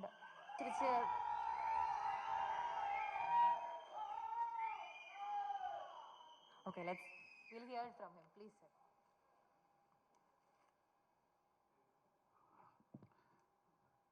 எல்லாருக்கும் வணக்கம். இன்னைக்கு முக்கியமான சேனலுக்கு நீங்கள் கண்டென்ட் ஆகிட்டீங்க. ஆமாம், ஒரு சில பேர் ஃபங்க்ஷனை பார்க்குறாங்களோ இல்லையோ, என்னோட ஃபேன்ஸ் எங்கேருந்து வர்றாங்க, எங்கே வர்றாங்க, எத்தனை பேர் வர்றாங்க, இதைத்தான் நிறையா சேனல் நிறையா நோட் பண்ணுறாங்க. முக்கியமான செய்தியெல்லாம் அன்றைக்கி வந்துக்கிட்டே இருக்குது, அதெல்லாம் இதைத்தான் நோட் பண்ணுறாங்க. தம்பிகள் அவங்க அப்படி தான் சொல்லிக்கிட்டு இருக்கிட்டே இருங்கடா. தேங்க்யூ தம்பிகளா, அன்பு தம்பிகளா. என்னோட ஃபேன்ஸ்ன்னு சொல்லிட்டு எனக்கு 4 பேர் இருக்கப்ப எங்கேருந்து எல்லாருமே சென்னையிலேருந்து வந்துட முடியாது. 4 ஊர்லேருந்து வர முடியும். 4 ஊர்லேருந்து வரவன் பாத யாத்திரை வர முடியாது. அவன் பஸ்ஸுலேயோ பைக்லேயோ கார்லேயோ வரதான் முடியும். பஸ்ஸுலேருந்துலாம் வர்றாங்களா சூரிக்கு ஃபேன்ஸ் அப்படின்றாங்க. இப்போ நான் மதுரையிலேருந்து வரேன், பஸ்ஸில் வராமல் எதில் வருவேன்? அதனால் உங்களுடைய சப்போர்ட் இருக்கிற வரைக்கும் என்னோட ரசிகர்கள் அதிகமாகிட்டே இருப்பாங்கன்னு நினைக்கிறேன். லவ் யூ தம்பிகளா, தேங்க்யூ. இப்படி ஒரு படத்துக்குள்ள நான் இருக்கிறேன். எவ்வளவோ மேடைகள், எவ்வளவோ படத்தில் நடிச்சிருக்கோம். முடிஞ்ச அளவுக்கு அதுக்கான பாராட்டுகள் எல்லாமே நான் வாங்கியிருக்கேன், நான் நின்றிருக்கேன். ஆனால் இந்த படத்துக்கான பாராட்டுகள், இந்த படத்துக்கான மரியாதைகள், இந்த படத்தை பற்றி இங்கே தலை சிறந்த இயக்குநர்கள் பேசுகிறப்ப உண்மைக்கு அவ்வளோ பெருமையாக இருக்குது, அவ்வளோ சந்தோஷமாக இருக்குது. ஒவ்வொரு டைமும் இந்த படத்தை பற்றி பேசுகிறப்ப, இந்த சூரியன் சொல்கிறப்ப இது உண்மைக்கே நான் தானே அங்கே உட்காந்துருக்கப்ப எனக்கே சிலுக்குது. இது எங்கேருந்து எவ்வளோ கற்றுக்கிட்டுன்னு எனக்கு தெரியலை, எவ்வளோ என்னை கூட்டிகிட்டு வந்தாங்கன்னு தெரியல. ஆனால் ஒன்று மட்டும் தெரியுது, என் ஆத்தாப்பை செஞ்ச புண்ணியம், இவ்வளோ பெரிய இயக்குநர்கள், இவ்வளோ பெரிய ரசிகர்கள், தயாரிப்பாளர்கள் என்னை கையப்பிடிச்சு கூட்டாந்து இன்னைக்கு என் அன்பு தம்பி தயாரிக்கிற இந்த கொட்டுக்கால் வரைக்கும் என்னை கூட்டியாந்து விட்டுருக்காங்க. அதுக்கு நான் ரொம்ப நன்றி கடமைப்பட்டிருக்கேன். இந்த படத்துக்குள்ளே வர காரணமாக இருந்த ராமண்ணே, அருண் விஸ்வா, உங்களுக்கு நான் பெரிய நன்றி சொல்லிக்கிறேன். கூழாங்கல் படத்துக்கு அளவு கடந்த ஒரு ரசிகனாக நான் இருந்தேன். ஆனால் அப்பேற்பட்ட இயக்குனர் படத்துக்குள்ளே திருப்பி இன்னொரு நடிகனாக கொண்டு வந்ததுக்கு அந்த இறைவனுக்கு நான் ரொம்ப நன்றி சொல்லிக்கிறேன். இந்த படத்தை அத்தனை பேரும் தலை சிறந்த இயக்குநர்கள் எல்லாமே அந்த தியேட்டரில் போட்டு காட்டுறப்ப அவ்வளோ பதட்டத்திலேருந்து, எப்படி சமீபத்தில் அமெரிக்காவுக்கு போகிறப்ப அந்த வீசாவுக்கு போகிறப்ப ஒரு வாரமாக நான் தூங்கலை. கொண்டுட்டாங்க என்னைய, விட்டுருங்க நான் அந்த நாட்டுக்கே போகலான்ட்டு. ஒருத்தன் போன் பண்ணிட்டேன், இங்கே பாரு இந்த கேள்வி கேட்பாங்க, இதுக்கு மட்டும் ஆம்னு சொல்லணும், இதுக்கு இல்லைன்னு சொல்லணும், மற்ற எதுவும் கேட்கவே மாட்டாங்க. திருப்பி ஒன்றருக்கு ஒருத்தர் பண்ண முடியாது, அதெல்லாம் இல்லை. இந்த கேள்வி கேட்பாங்க, இதுக்கு நீ எஸ்ன்னு சொல்லணும், இதுக்கு நீங்கள் நோன்னு சொல்லணும், வேறு எதுவும் செய்யக்கூடாது அப்படின்னு சொன்னாங்க. ஃபங்க்ஷனுக்கு அப்புறம் கேட்டால் ஆமான்ட்டாங்க. வருமா சம்பளம் பேமெண்ட்டுக்கு கேட்டால் இல்லைன்னு சொல்லணும். இப்படி நிறைய விஷயம் சொல்லிருக்கோம், மறந்துடுவேன். அவங்க சொல்லி கொடுத்த 1/2 மணி நேரத்தில் இன்னொருத்தனை மாற்றி விட்டு போயிடுவேன். இவன் சொன்ன மறந்துடுவேன். இந்த 5 நாள் 4 நாள் ஆச்சு, 3 நாள் ஆச்சு, 2 நாள் ஆச்சு, 1 நாள் ஆச்சு. அன்னைக்கு நைட்டு ஃபுல்லாக தூங்கலை. காலையில் எந்திரிச்சு காலையில் ஏறி உட்காந்து பழக்கத்தோட உச்சமாகவே இருந்து அதே அந்த ஒரு வாரம் பேசின 10 பேர் இங்கேருந்து ஒரு 1/2 மணி நேரத்துக்குள்ளே பேசுகிறாங்க, மாற்றி தலைவா விட்டுருங்க தலைவா, டோட்டலாக மறந்துருச்சு, நானா போய் நின்றுவின் தலைவா, என்னை தவிர கேட்கட்டுன்னு சொல்லியிருக்கல. அங்கே ஒரு கண்ணாடி இருக்கும், கூட்டி போவாங்க, 3 அடிக்கு தள்ளி நிற்கணும். அந்த பக்கம் ஃபைனல்ஸ் இருப்பாங்க. நீங்கள் எங்கே போகிறீங்க, எதுக்காக போகிறீங்க, ஃபெட்னாவா எல்லாம் கேட்பாங்க. சொல்லி பதட்டத்தை உச்சமாக போச்சு. அங்கே போய் அப்படியே நின்று என்ன பேசணும்னு தெரியல. எனக்கு முன்னாடி ஒரு நல்ல பயங்கரமாக பிரில்லியண்ட்டான ஒரு அம்மா போய் நின்றுச்சு. அவங்க கேட்க அது பயங்கரமாக ஒரு மாதிரி பதட்டமாயிருச்சு. நான் அப்பயே முடிவு பண்ணிட்டு, இந்த அம்மாவே போல பதறுது, நம்ம வந்துட்டு ஒரு செகண்டில் வெளில தூக்கிப்பட்டு போயிடுவாங்க நம்ம பையில் அப்படின்னு நினச்சேன். 4 வார்த்தையும் கேட்டாங்க. அவங்க சொன்ன மாதிரி கரெக்டாக ஆமான்ட்டேன். ஆமாம் எஸ் ஃபங்க்ஷனுக்கா yes, payment no no no no yes, okay thank you அப்படின்ட்டாங்க. கடவுளே அப்படின்னு அந்த பதட்டம் மாதிரி எனக்கு இத்தனை இயக்குனர் அன்றைக்கி படம் பார்க்குறப்ப அவ்வளோ பதட்டமாக இருந்துச்சு. இவங்கெல்லாம் படம் பார்த்துட்டு என்ன சொல்ல போகிறாங்களே அப்படின்னு நினச்சி அத்தனை பேரும் அன்னைக்கு அவ்வளோ சொன்னாங்க. பிசி ஸ்ரீராம் சார்லேருந்து அவ்வளோ பேர் அவ்வளோ சொன்னாங்க. இன்னைக்கு தலை சிறந்த இயக்குநர்கள் சினிமாவை இன்னைக்கும் சரி எடுத்து பார்த்தா முக்கியமான இயக்குநர்கள் இருக்கிற அத்தனை பேரும் இங்கே இருக்காங்க. அவங்களுடைய மிகப்பெரிய ஆசிரியர்கள், ரைட்டர்கள், நல்ல பார்வையாளர்கள், நல்ல படைப்பாளிகள். அவங்க படம் பார்த்துட்டு இந்த படத்தை இவளுக்கு சொல்கிறப்ப தெரியல, இதை விட எனக்கு வேறு என்ன வேணும்னு தெரியல. கண்டிப்பாக எனக்குன்ற தாண்டி இந்த மக்கள் நீங்கள் கொண்டு போய் கண்டிப்பாக அவங்க சொல்ல எல்லாமே உண்மை. ஏன்டா ஒவ்வொரு ஆடியோ ஃபங்க்ஷனுக்கு வர்றப்ப அந்த படத்தை பார்த்துருக்க மாட்டாங்க. ஆனால் ஓரளவுக்கு அந்த இயக்குனர் படைப்பை வச்சு சொல்லுவோம். ஆனால் இந்த படத்தை இன்னைக்கு பேசினவங்க அத்தனை பேருமே இந்த படத்தை பார்த்துட்டாங்க, பார்த்துட்டு அவ்வளோ சொல்கிறாங்க. அதனால் நான் இந்த படத்தை கொண்டு நல்ல விதமாக சேர்த்து நம்புகிறேன். கண்டிப்பாக இந்த படம் எல்லாத்துக்கும் பிடிக்கும். மிஸ்கின் அண்ணன் சொன்ன மாதிரி இன்னைக்கு ஃபுல்லாக ட்ரெண்டிங் அதான் நினைக்கிறேன். அண்ணன் அவ்வளோ விஷயங்கள் சொன்னார், அது சொன்னது அத்தனையுமே உண்மை. அவர் இதை விட இன்னும் அதிகமாக அந்த படத்தை அன்னைக்கு பேசினாங்க. ரொம்ப ரொம்ப சந்தோஷனே தம்பி வினோத், ரொம்ப நன்றிங்க தம்பி. ஆமாம், தேனி பக்கம் பொள்ளாச்சி மதுரை இப்படி போயிட்டு இருந்த என்ன கொண்டு போய் இப்படி நாடு கடந்து பூரா அப்படி பெர்லின் எங்கெங்கேயோ கூட்டு போனீங்க தம்பி, எல்லா நாட்டும் கூட்டு போயிட்டே இருக்கீங்க. இன்னும் நாளும் இந்த நாடை ஃபுல்லாக இந்த ஒரு படத்தை வச்சு நீங்கள் சுற்றிடுவீங்கன்னு நினைக்கிறேன். பெர்லினில் போய் அவ்வளோ சந்தோஷமாக இருக்கப்போ எங்கள் அம்மா ஃபோன் பண்ணாங்க, எங்கடா இருக்குன்னு கேட்டாங்க. அம்மா பெர்லினில் இருக்குமாண்டு. அது யாரு அப்படின்னாங்க. இல்லைம்மா பெர்லின்மா நாடுமா, அது வெளிநாட்டில் இருக்குமா, இங்கே இருக்குமா, இந்த அவார்டுக்காக வந்திருக்குமா. சரி சரி பார்த்துருப்பு பஸ் வரப்போ பார்த்து குறுக்க போகாத கவனமாயிரு அப்படின்ட்டுச்சு. என்ன வேணுமான்னு கேட்டேன். கோடாலி தையில் இருந்தால் வாங்கிட்டு வாடா, முட்டி வலிக்குதுடா அம்மாவுக்குட்டுச்சு. அவ்வளவுதான். அந்த தாய்க்கு அதான் தெரியும், அதுக்கு வேற எதுவுமே தெரியாது. கேட்ட மாதிரி ஒரு தையில் எங்கேயும் என் வாங்கிட்டு வாங்கடா, இல்லாட்டா டாய்ஸ் லைட் வாங்கிட்டு வாங்கடா, நைட்டில் கரண்ட் போச்சுன்னா வீட்டில் அடித்து பார்க்க முடியல. இது தான் கேட்கும். இன்னைக்கு அவ்வளோ பெருமை இருக்குது. தேங்க்யூ தம்பி. இப்படி படத்தை கொடுத்த என் அன்பு தம்பி சிவகார்த்திகேயன், உங்கள் கூட வந்து தோத்தா தெரி கோடி இன்னும் பல படங்களும் உங்கள் கூட நடிச்சிருக்கேன். எனக்கு குழந்தைகள்லேருந்து நிறையா ரசிகர்கள் இருக்காண்ட கண்டிப்பாக நான் அடுத்து சொல்லுவேன். அதில் ஒரு 80% நான் உங்ககிட்ட இருந்து எடுத்திருக்கேன்னு சொல்லலாம். அதான் உண்மை. உங்களுக்கு வந்து அந்த ரசிகர்கள்ட எனக்கு அவ்வளோ பேர் எனக்கு இருக்காங்க. என் அன்பு தம்பி, அதுவும் நீங்கள் எடுத்த படத்துக்குள்ளே நானே கதை நான் நினைக்கப்ப ரொம்ப பெருமையாக இருக்குது. தேங்க்யூ தம்பி, லவ் யூ தம்பி. மிஸ்கின் அண்ணன் சொன்ன மாதிரி இந்த மாதிரி நீங்கள் நினச்சதே பெருமை தம்பி. தேங்க்யூ அண்ணா. ரொம்ப சந்தோஷம். உங்களுக்கும் தலை சிறந்த ஒரு அற்புதமான ஒரு நடிகை. ஆனால் என்ன நீங்கள் நடிக்கிற பார்க்கவே முடியலை. ஏன்னா அப்படியே இயல்பாகவே இருக்கீங்க நீங்கள் ஃபுல்லாக. அதே தான், ஒரு டைலாக் கூட பேசாமல்.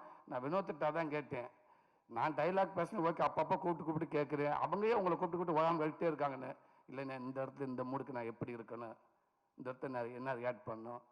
அவர் அங்கேருந்து நடந்து வர்றப்ப என்னுடைய கவனம் நான் அங்கே இருக்கணும், ஆனால் என் கவனம் அவன் மேலே இருக்கணுமா, இல்லை எங்கள் அம்மா மாதிரி இப்படி ஒரு விஷயத்தை அவங்க கேட்குறாங்கன்னு சொன்னாங்க. உண்மைக்கு சூப்பர். அது அவ்வளோ இடத்துல நீங்கள் இருக்கீங்கன்னு நினைக்கிறேன். ரொம்ப சந்தோஷம். இந்த படத்தில் ஒர்க் பண்ண அத்தனை பேர் மதுரை நடிகர்கள் அவ்வளோ பேருக்கும் என்னோட மனமார்ந்த நன்றியை தெரிவிச்சுக்கணும். இப்படி நல்ல வாய்ப்பு கொடுத்தது என் அன்பு தம்பிக்கு ரொம்ப ரொம்ப நன்றி. தேங்க்யூ தம்பி. தேங்க்யூ தம்பி.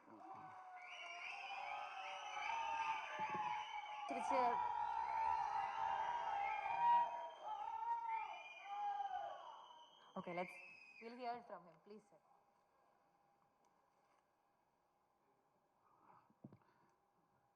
எல்லாருக்கும் வணக்கம்.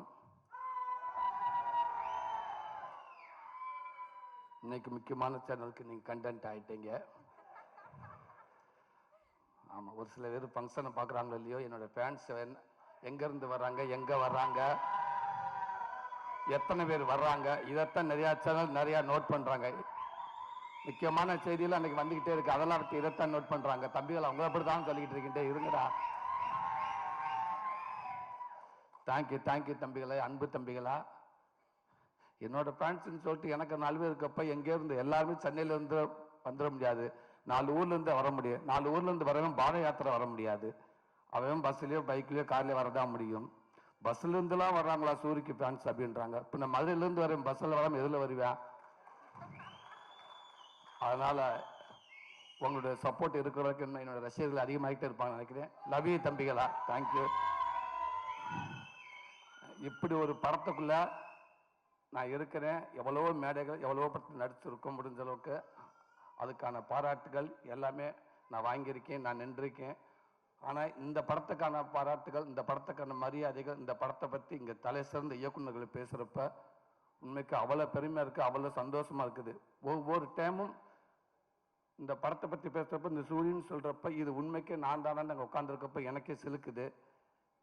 இது எங்கேருந்து எவ்வளோ கற்றுக்கிட்டுன்னு எனக்கு தெரியலை, எவ்வளோ என்னை கூட்டிகிட்டு வந்தாங்கன்னு தெரியல. ஆனால் ஒன்று மட்டும் தெரியுது, என் ஆத்தாப்பை செஞ்ச புண்ணியம். இவ்வளோ பெரிய இயக்குநர்கள், இவ்வளோ பெரிய ரசிகர்கள், தயாரிப்பாளர்கள் என்னை கையப்பிடிச்சு கூட்டாந்து இன்னைக்கு என் அன்பு தம்பி தயாரிக்கிற இந்த கொட்டுக்கால் வரைக்கும் என்னை கூட்டியாந்து விட்டுருக்காங்க. அதுக்கு நான் ரொம்ப நன்றி கடமைப்பட்டிருக்கேன். இந்த படத்துக்குள்ளே வர காரணமாக இருந்த ராமண்ணே, அருண் விஸ்வா, உங்களுக்கு நான் பெரிய நன்றி சொல்லிக்கிறேன். கூழாங்கல் படத்துக்கு அளவு கடந்த ஒரு ரசிகனாக நான் இருந்தேன். ஆனால் அப்பேற்பட்ட இயக்குனர் படத்துக்குள்ளே திருப்பி இன்னொரு நடிகனாக கொண்டு வந்ததுக்கு அந்த இறைவனுக்கு நான் ரொம்ப ரொம்ப நன்றி சொல்லிக்கிறேன். இந்த படத்தை அத்தனை பேரும் தலை சிறந்த இயக்குனர்கள் எல்லாமே அந்த தியேட்டரில் போட்டு காட்டுறப்ப அவ்வளோ பதட்டத்திலேருந்து எப்படி சமீபத்தில் அமெரிக்காவுக்கு போகிறப்ப அந்த விசாவுக்கு போகிறப்ப ஒரு வாரமாக நான் தூங்கலை. கொண்டுட்டாங்க என்னைய, விட்டுருங்க நான் அந்த நாட்டுக்கே போனடான்ட்டு ஒருத்தன் போன் பண்ணிட்டேன். இங்கே பாரு இந்த கேள்வி கேட்பாங்க, இதுக்கு மட்டும் ஆம்னு சொல்லணும், இதுக்கு இல்லைன்னு சொல்லணும், மற்ற எதுவும் கேட்கவே மாட்டாங்க.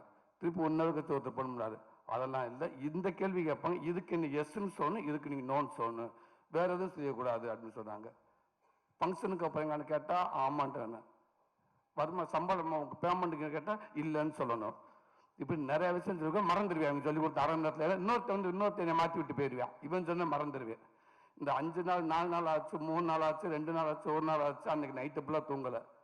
காலையில் எந்திரிச்சு காலையில் ஏறி உட்காந்து பழக்கத்தோட உச்சமாகவே இருந்து அதே அந்த ஒரு வாரம் பேசின 10 பேர் இங்கிருந்து ஒரு அரை நேரத்துக்குள்ளே பேசுகிறாங்க மாற்றி மாற்றி தலைவா விட்டுருங்க தலைவா, டோட்டலாக மறந்துருச்சு, நானா போய் நின்றுவின் தலைவா, என்னை தேவை கேட்கட்டுன்னு சொல்லியிருக்கல. இல்லை, அங்கே ஒரு கண்ணாடி இருக்கும், கூட்டி போவாங்க, 3 அடிக்கு தள்ளி நிற்கணும், அந்த பக்கம் ஃபைனல்ஸ் இருப்பாங்க, நீங்கள் எங்கே போகிறீங்க, எதுக்காக போகிறீங்க, ஃபெட்னாவோ எல்லாம் கேட்பாங்க. சொல்லி பழக்கத்தை உச்சமாக போச்சு. அங்கே போய் அப்படியே நின்று என்ன பேசணும்னு தெரியலை. எனக்கு முன்னாடி ஒரு நல்ல பயங்கரமாக பிரில்லியண்ட்டான ஒரு அம்மா போய் நின்றுச்சு.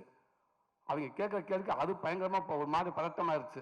நான் அப்பயே முடிவு பண்ணிட்டு, இந்த அம்மாவே போல பதறுது, நம்ம வந்துட்டு ஒரு செகண்ட் லெவலில் தூக்கிப்பட்டு போயிடுவாங்க நம்ம ஃபைலில் அப்படின்னு நினச்சேன். 4 வார்த்தையும் கேட்டாங்க. அவங்க சொன்ன மாதிரி கரெக்டாக ஆமான்ட்டேன். ஆமாம் ஆமாம், எஸ் எஸ் எஸ், ஃபங்க்ஷனுக்கா yes, payment no no no no, yes okay thank you அப்படின்ட்டாங்க. கடவுளே அப்படின்னு அந்த பதட்டம் மாதிரி எனக்கு இத்தனை இயக்குனர் அன்றைக்கி படம் பார்க்குறப்ப அவ்வளோ பதட்டமாக இருந்துச்சு. இவங்கெல்லாம் படம் பார்த்துட்டு என்ன சொல்ல போகிறாங்களே அப்படின்னு நினச்சி அத்தனை பேரும் அன்னைக்கு அவ்வளோ சொன்னாங்க. பிசி ஸ்ரீராம் சார்லேருந்து அவ்வளோ பேர் அவ்வளோ சொன்னாங்க. இன்னைக்கு தலை சிறந்த இயக்குநர்கள் சினிமாவை அன்னைக்கு சரி இன்னைக்கும் சரி எடுத்து பார்த்தா முக்கியமான இயக்குநர்கள் இருக்கிற அத்தனை பேரும் இங்கே இருக்காங்க. அவங்க மிகப்பெரிய ஆசிரியர்கள், ரைட்டர்கள், நல்ல பார்வையாளர்கள், நல்ல படைப்பாளிகள். அவங்க படம் பார்த்துட்டு இந்த படத்தை இவளுக்கு சொல்கிறப்ப தெரியல, இதை விட எனக்கு வேறு என்ன வேணும்னு தெரியல. கண்டிப்பாக எனக்குன்ற தாண்டி இந்த மக்கள் நீங்கள் கொண்டு போய் கண்டிப்பாக அவங்க சொல்ல எல்லாமே உண்மை. ஏன்டா ஒவ்வொரு ஆடியோ ஃபங்க்ஷனுக்கு வர்றப்ப அந்த படத்தை பார்த்துருக்க மாட்டாங்க. ஆனால் ஓரளவுக்கு அந்த இயக்குனர் படைப்பை வச்சு சொல்லுவோம். ஆனால் இந்த படத்தை இன்னைக்கு பேசினவங்க அத்தனை பேருமே இந்த படத்தை பார்த்துட்டாங்க. பார்த்துட்டு அவ்வளோ சொல்கிறாங்க. அதனால் நான் இந்த படத்தை கொண்டு நல்ல விதமாக சேர்த்து நம்புகிறேன். கண்டிப்பாக இந்த படம் எல்லாத்துக்கும் பிடிக்கும். மிஸ்கின் அண்ணன் சொன்ன மாதிரி இன்னைக்கு ஃபுல்லாக ட்ரெண்டிங் அதான் நினைக்கிறேன். அண்ணன் அவ்வளோ விஷயங்கள் சொன்னார். அது சொன்னது அத்தனையுமே உண்மை. அவர் இதை விட இன்னும் அதிகமாக அந்த படத்தை அன்னைக்கு பேசினாங்க.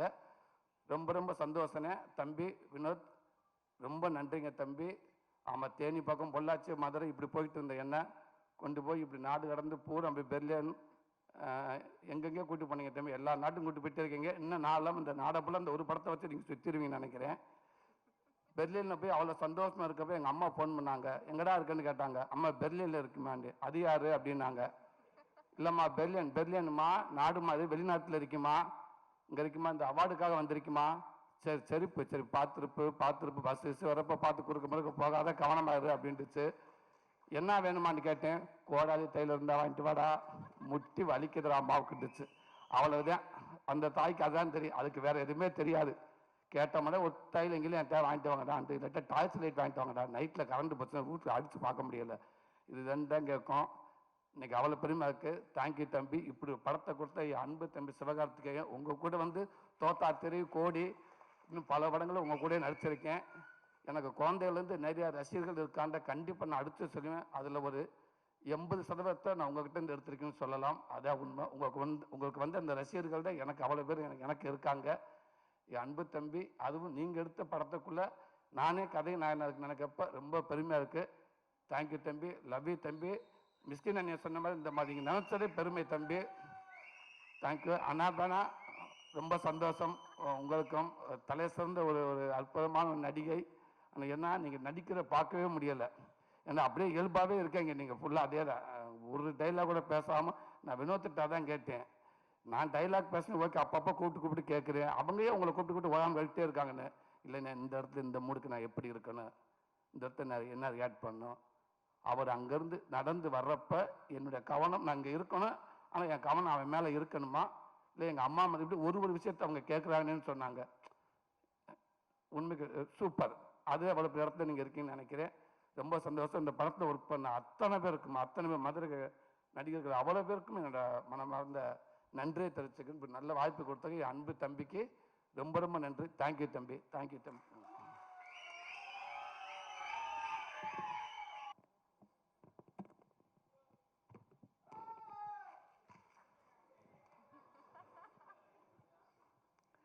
நான் வர சொல்லியே இது கேஸ் ஏன் மேல ஆயிரும். அப்புறம் இங்க வந்திருக்கிற எனக்கு பிடித்த பேசவா வேணாவா? கிளம்பில எல்லாருமே கிளம்பிடலாம், டைம் ஆகுது. இங்க வந்து இந்த விழாவை சிறப்பான ஒரு விழாவை ஆக்குனது மட்டும் இல்லாம மனசுல இருந்து அவ்வளவையும் பாராட்டுகளாக கொடுத்த எனக்கு பிடித்த இயக்குனர்கள் எல்லாருக்கும் வணக்கம், நன்றி. கொட்டுக்காளியோட டீம் எல்லாருக்கும் வணக்கம். இங்கே வந்திருக்கிற பத்திரிகையாளர்கள், தொலைக்காட்சி நண்பர்கள், இணையதள நண்பர்கள், ஃபோட்டோகிராஃபர்ஸ், கேமராமேன் எல்லாருக்கும் நன்றி, வணக்கம். இது முதல்ல நான் கூழாங்கல் படம் பார்த்தேன். எனக்கு அருண் விஸ்வா கூப்பிட்டு போய் நம்மளோட ஃப்ரெண்ட் ஒருத்தர் நீங்கள் இந்த படம் பாருங்க அப்படின்னு சொன்னார். நான் அந்த படம் பார்த்தேன். உண்மையிலே எனக்கு வந்து அதை புரிஞ்சுக்கிறதுக்கு ரொம்ப ரொம்ப சிரமமாக இருந்தது. எனக்கு வந்து நான் ஏற்கனவே சொன்னதுதான், நான் நிறைய உலக சினிமாக்கள்லாம் பார்த்ததில்லை. எனக்கு தெரிஞ்சதெல்லாம் தமிழ் சினிமாவில் என்னென்ன படங்கள்லாம் வந்திருக்கோ அதெல்லாம் பார்த்துருக்கேன். இங்கே இருக்கிறது மட்டும்தான். இதில் வித்தியாசமாக வந்த படங்கள் எல்லாம் தான் எனக்கு ஓரளவுக்கு இருக்கிற புரிதல். அந்த படத்தை புரிஞ்சுக்கிறதுக்கு ரொம்ப சிரமமாச்சு. அப்புறம் பேசி தெரிஞ்சுக்கிட்டேன். அப்புறம் அவர் வந்து ஒரு அவார்டு வாங்கினாரு அப்படின்னு சொன்னாங்க, ராட்டர்டாம் ஃபெஸ்டிவல். நமக்கு அதிகமாக வெளியே தெரிஞ்ச ஃபெஸ்டிவல்ஸ் வந்து கான் ஃபிலிம் ஃபெஸ்டிவல், ஆஸ்கர் மட்டும்தான் நமக்கு தெரியும். இது ராட்டர்டாம் ஃபிலிம் ஃபெஸ்டிவல்னு சொன்னாங்க. அதில் வந்து அவர் அவார்டு வாங்கியிருக்காரு அப்படின்னாங்க. ஓ அப்படியா, ஓகே அப்படின்னு சொன்னேன். நமக்கு தெரில. அப்போ தான் அருண் சொன்னார், இது வந்து ஃபர்ஸ்ட் ஃபிலிம், டெபியூ ஃபிலிம் பண்ணுறவங்களுக்கு கொடுக்குற அவார்டு, உலகம் ஃபுல்லாக இருந்து செலக்ட் பண்ணுவாங்க. இந்த அவார்டை ஏற்கனவே வாங்கினவர் வந்து கிறிஸ்டோபர் நோலன் அப்படின்னு சொன்னார். நான் அப்படியே பார்த்தேன் அவரை, வினோத்தை பார்த்துட்டு, எந்த ஊர் பிரதர் உங்களுக்கு அப்படின்னு. அண்ணே இங்கே தானே, மதுரை தானே அப்படின்னாரு. எனக்கு வந்து ஒரு மாதிரி அப்படியே கூஸ் பம்ஸ் ஆயிடுச்சு. மதுரையிலேருந்து போய் ஒரு இன்டர்நேஷ்னல் ஃபிலிம் எடுத்து கிறிஸ்டோபர் நோலன் வாங்கின அவார்டை ஒருத்தன் நம்ம ஊரில் வாங்கியிருக்கான், ஏன் இது வெளியே தெரியவே இல்லை அப்படின்னு நான் அருண்கிட்ட கேட்டேன். இல்லை தெரியலங்க, அந்த படம் எப்போ தான் ரிலீஸு, அதை ரிலீஸ் பண்ணி இதை ஒரு மொமெண்ட் ஆக்கலாமேன்னும் போது அது என்ன காரணங்கள் எனக்கு தெரியல, அதுக்குள்ளே நான் போக விரும்பல, அது கரெக்டாக நடக்கலைன்னும் போது அப்போ நான் அருண்கிட்ட சொன்னேன், அவரோட அடுத்த படம் நான் ப்ரொடியூஸ் பண்ணுறேன், அவர் என்ன கதை வச்சுருக்காருலாம் தெரியல, என்னவாக இருந்தாலும் நான் பண்ணுறேன், கதைக்காக நான் பண்ணுறதுன்றதை தாண்டி இப்படி ஒருத்தனை செலிப்ரேட் பண்ணுறதுக்காக நான் இந்த படம் பண்ணுறேன்னு. இந்த படம் ஆரம்பிக்கப்பட்டதுக்கான ஒரே காரணம் வினோத் ராஜ் அப்படிங்கிற ஒருத்தரை செலிப்ரேட் பண்ணுறதுக்காக மட்டும்தான். அதுக்காக தான். இது என்ன பட்ஜெட் எதுவுமே தெரியாது. அவர் கதை சொன்னார், ஐடியா சொன்னார். எனக்கு ஃபுல் கதையெல்லாம் சொல்லாதீங்க, சொன்னீங்கன்னா அது இப்படி இருக்கலாம் அப்படி இருக்கலான்ற டிஸ்கஷன் வரும். நோ, உங்களுக்கு என்ன எடுக்கணும்னு தோணுதோ அதை எடுங்க, பட்ஜெட்டை ஒர்க் அவுட் பண்ணி கொடுங்க, இதை நம்ம பண்ணுறோம், அவ்வளோதான். ஏன்னா இங்கேருந்து பயங்கரமான படம் வரணும், நம்ம ஊர்லேருந்து ஏன் வர்றதில்லை, நம்ம ஊர்லேருந்து ஏன் வர்றதில்லை நம்ம அடிக்கடி கேட்டுகிட்டே இருக்கோம். அதை நிறைய இயக்குனர்கள் பண்ணிகிட்டே இருக்காங்க. அதையும் தாண்டி ஒரு ஸ்டெப் வைக்கணும்னா இந்த மாதிரி ஒரு விஷனோட வரும்பொழுது அவங்கள எந்த கேள்வியும் கேட்காம அந்த விஷனோடே அவங்கள விட்டுறது தான் சரியாக இருக்கும்னு எனக்கு தோணுச்சு. ஸோ இது வினோத் ராஜை செலிப்ரேட் பண்ணுறதுக்காக நான் எடுத்த படம் இது. இப்போ அந்த செலிப்ரேஷன் ஆரம்பிச்சிருச்சுன்னு நினைக்கிறேன். இந்த படம் பார்த்து இங்கே மிஷ்கின் சார் பேசினது, பாலாஜி சக்திவேல் சார் பேசினது, லிங்குசாமி சார் பேசினது, வெற்றி சார் பேசினது, இன்னும் நிறைய இயக்குனர்கள் பேசினது எல்லாம் பார்க்கும்பொழுது ஓகே, நம்ம எல்லாரும் சேர்ந்து செலிப்ரேட் பண்ண ஆரம்பிச்சிட்டோம் அப்படிங்கிறது தான் எனக்கு அந்த சந்தோஷம் இருக்குது. வினோத், இது வந்து ஒரு ஸ்டார்ட் தான். இந்த படத்தில் நான் என்ன இன்வெஸ்ட் பண்ணியிருக்கேனோ இது போக இந்த படம் வெற்றி அடைஞ்சு எனக்கு லாபம் வந்தால் அதில் ஃபஸ்ட்டு இருக்கிறத எடுத்து நான் உங்களுக்கு அடுத்த படம் அட்வான்ஸாக கொடுப்பேன். நீங்கள் அடுத்து என்ன படம் எடுக்கணும்னு நினைக்கிறீங்களோ அதை எடுங்க. அது போக இன்னும் கொஞ்சம் லாபம் கிடைச்சதுன்னா வினோத் ராஜ் மாதிரி இன்னும் எங்கேயாவது இயக்குனர்கள் இருக்காங்களான்னு தேடி கண்டுபிடிச்சி கொடுக்கறதுக்கு அருண் விஸ்வா இருக்கிறாரு. அவர் அந்த மாதிரி கண்டுபிடிச்சி கொடுத்தாருன்னா அவங்களுக்கு இன்னும் 2 பேருக்கு நான் அட்வான்ஸ் கொடுப்பேன். ஏன்னா சம்பாதிக்கணும் அப்படின்ற மாதிரி படம் எடுக்கணும். முக்கியம், சினிமாவில் முக்கியமானது வந்து ஒரு பணம் போட்டால் அதுலேருந்து நம்ம சம்பாதிக்கணும். பட் நான் சம்பாதிக்கிறதுக்கு நீங்கள் வந்து எனக்கு நடிகன்ற அங்கீகாரம் கொடுத்து என்னை அதுலேயுமே ஸ்டார் ஆக்கி என் படத்துடைய வியாபாரத்தையும் நீங்கள் பெருசாக்கி வச்சுருக்கீங்க. நான் போய் சின்சியராக வேலை பார்த்தா நிச்சயமாக காசு வரும். அப்போ அதுலேருந்து சினிமாக்கும் பயன்படுற மாதிரி ஏதாவது ஒன்று செய்யணும் அப்படிங்கிறது தான். அன்றைக்கி புஷ்கர் காயத்ரி அவங்க படம் பார்த்துட்டு என்கிட்ட வந்து கை கொடுத்துட்டு ஒன்றே தான் சொன்னாங்க, this is your service to சினிமான்னு சொன்னாங்க. அப்படி இந்த படம் நடந்துருச்சுன்னா இந்த நமக்கு இந்த வாழ்க்கையை கொடுத்த இந்த சினிமாக்கு என்னால் முடிஞ்ச ஒரு சின்ன ரிட்டர்னாக நான் இதை பார்க்குறேன். தேங்க்யூ. இந்த மாதிரி படங்கள் எடுக்கிறதுக்கான தைரியத்தை கொடுத்தது மக்கள் நீங்கள் எல்லாரும் தான். நீங்கள் என்ன நடிகன் ஆக்குனது அதன் மூலமாக எனக்கு கிடைக்கிறது மூலமாக வச்சு நான் இதை பண்ணுறேன். அண்ட் நான் சினிமாவுக்கு வந்தது வந்து நிறைய கமர்ஷியல் சினிமாஸ் பார்த்து, நான் நடிக்கிற படங்கள் எப்போவுமே அப்படி தான் இருக்கும், அது வசூல் இருக்கணும்னு நினைப்பேன். ஏன்னா இப்போ வந்து என்னுடைய படங்களில் வந்து இன்வெஸ்ட்மெண்ட் பெருசாகிடுச்சு. அப்போ அது ரிட்டர்ன் ப்ரொடியூசர் எடுக்கணும், வெகுஜன மக்களுக்கு போய் சேரணும், எல்லாருக்கும் பிடிக்கணுன்றது தான் என்னுடைய. நான் நடிக்கிற படங்கள் அது கமர்ஷியலாக சக்ஸஸ் ஆகும்போது நான் மனசுக்குள்ளே நினச்சிக்கிறது, இதுக்கு முன்னாடி நான் பார்த்த ஹீரோஸ், நான் எனக்கு பிடிச்ச ஹீரோஸ், அவங்களுடைய படங்கள் அதெல்லாம் பார்த்து தான் நம்ம நடிக்க வந்தோம், அவங்களுக்கான ட்ரிபியூட். ஆனால் இந்த கொட்டுக்காளி வந்து இந்த படம் எடுத்தது இன்னைக்கு இருக்குது. நான் முக்கியமாக காலேஜ் டைமில் தான் நான் அதிகமான சினிமா பார்த்தேன். ஸ்கூல் டைமில் அப்போ வீட்டில் அவ்வளோ பெர்மிஷன் கிடைக்காது, அவங்க கூட்டிகிட்டு போகிற சினிமா மட்டும்தான். காலேஜ் டைமில் நான் பார்த்த காலகட்டத்தில் தான் நான் வந்து பார்த்தது வந்து Balaji Sakthivel sir, Lingusamy sir, Gautham Menon sir, A R Murugadoss sir, Hari sir, Dharani sir, இவங்க படங்கள் எல்லாம் தான் நான் பார்த்தேன். ஸோ நான் இந்த மாதிரி படங்கள் எடுத்து இது வந்து சக்ஸஸ் ஆகிறது, இது வரைக்கும் தமிழ் சினிமாவை ஒவ்வொரு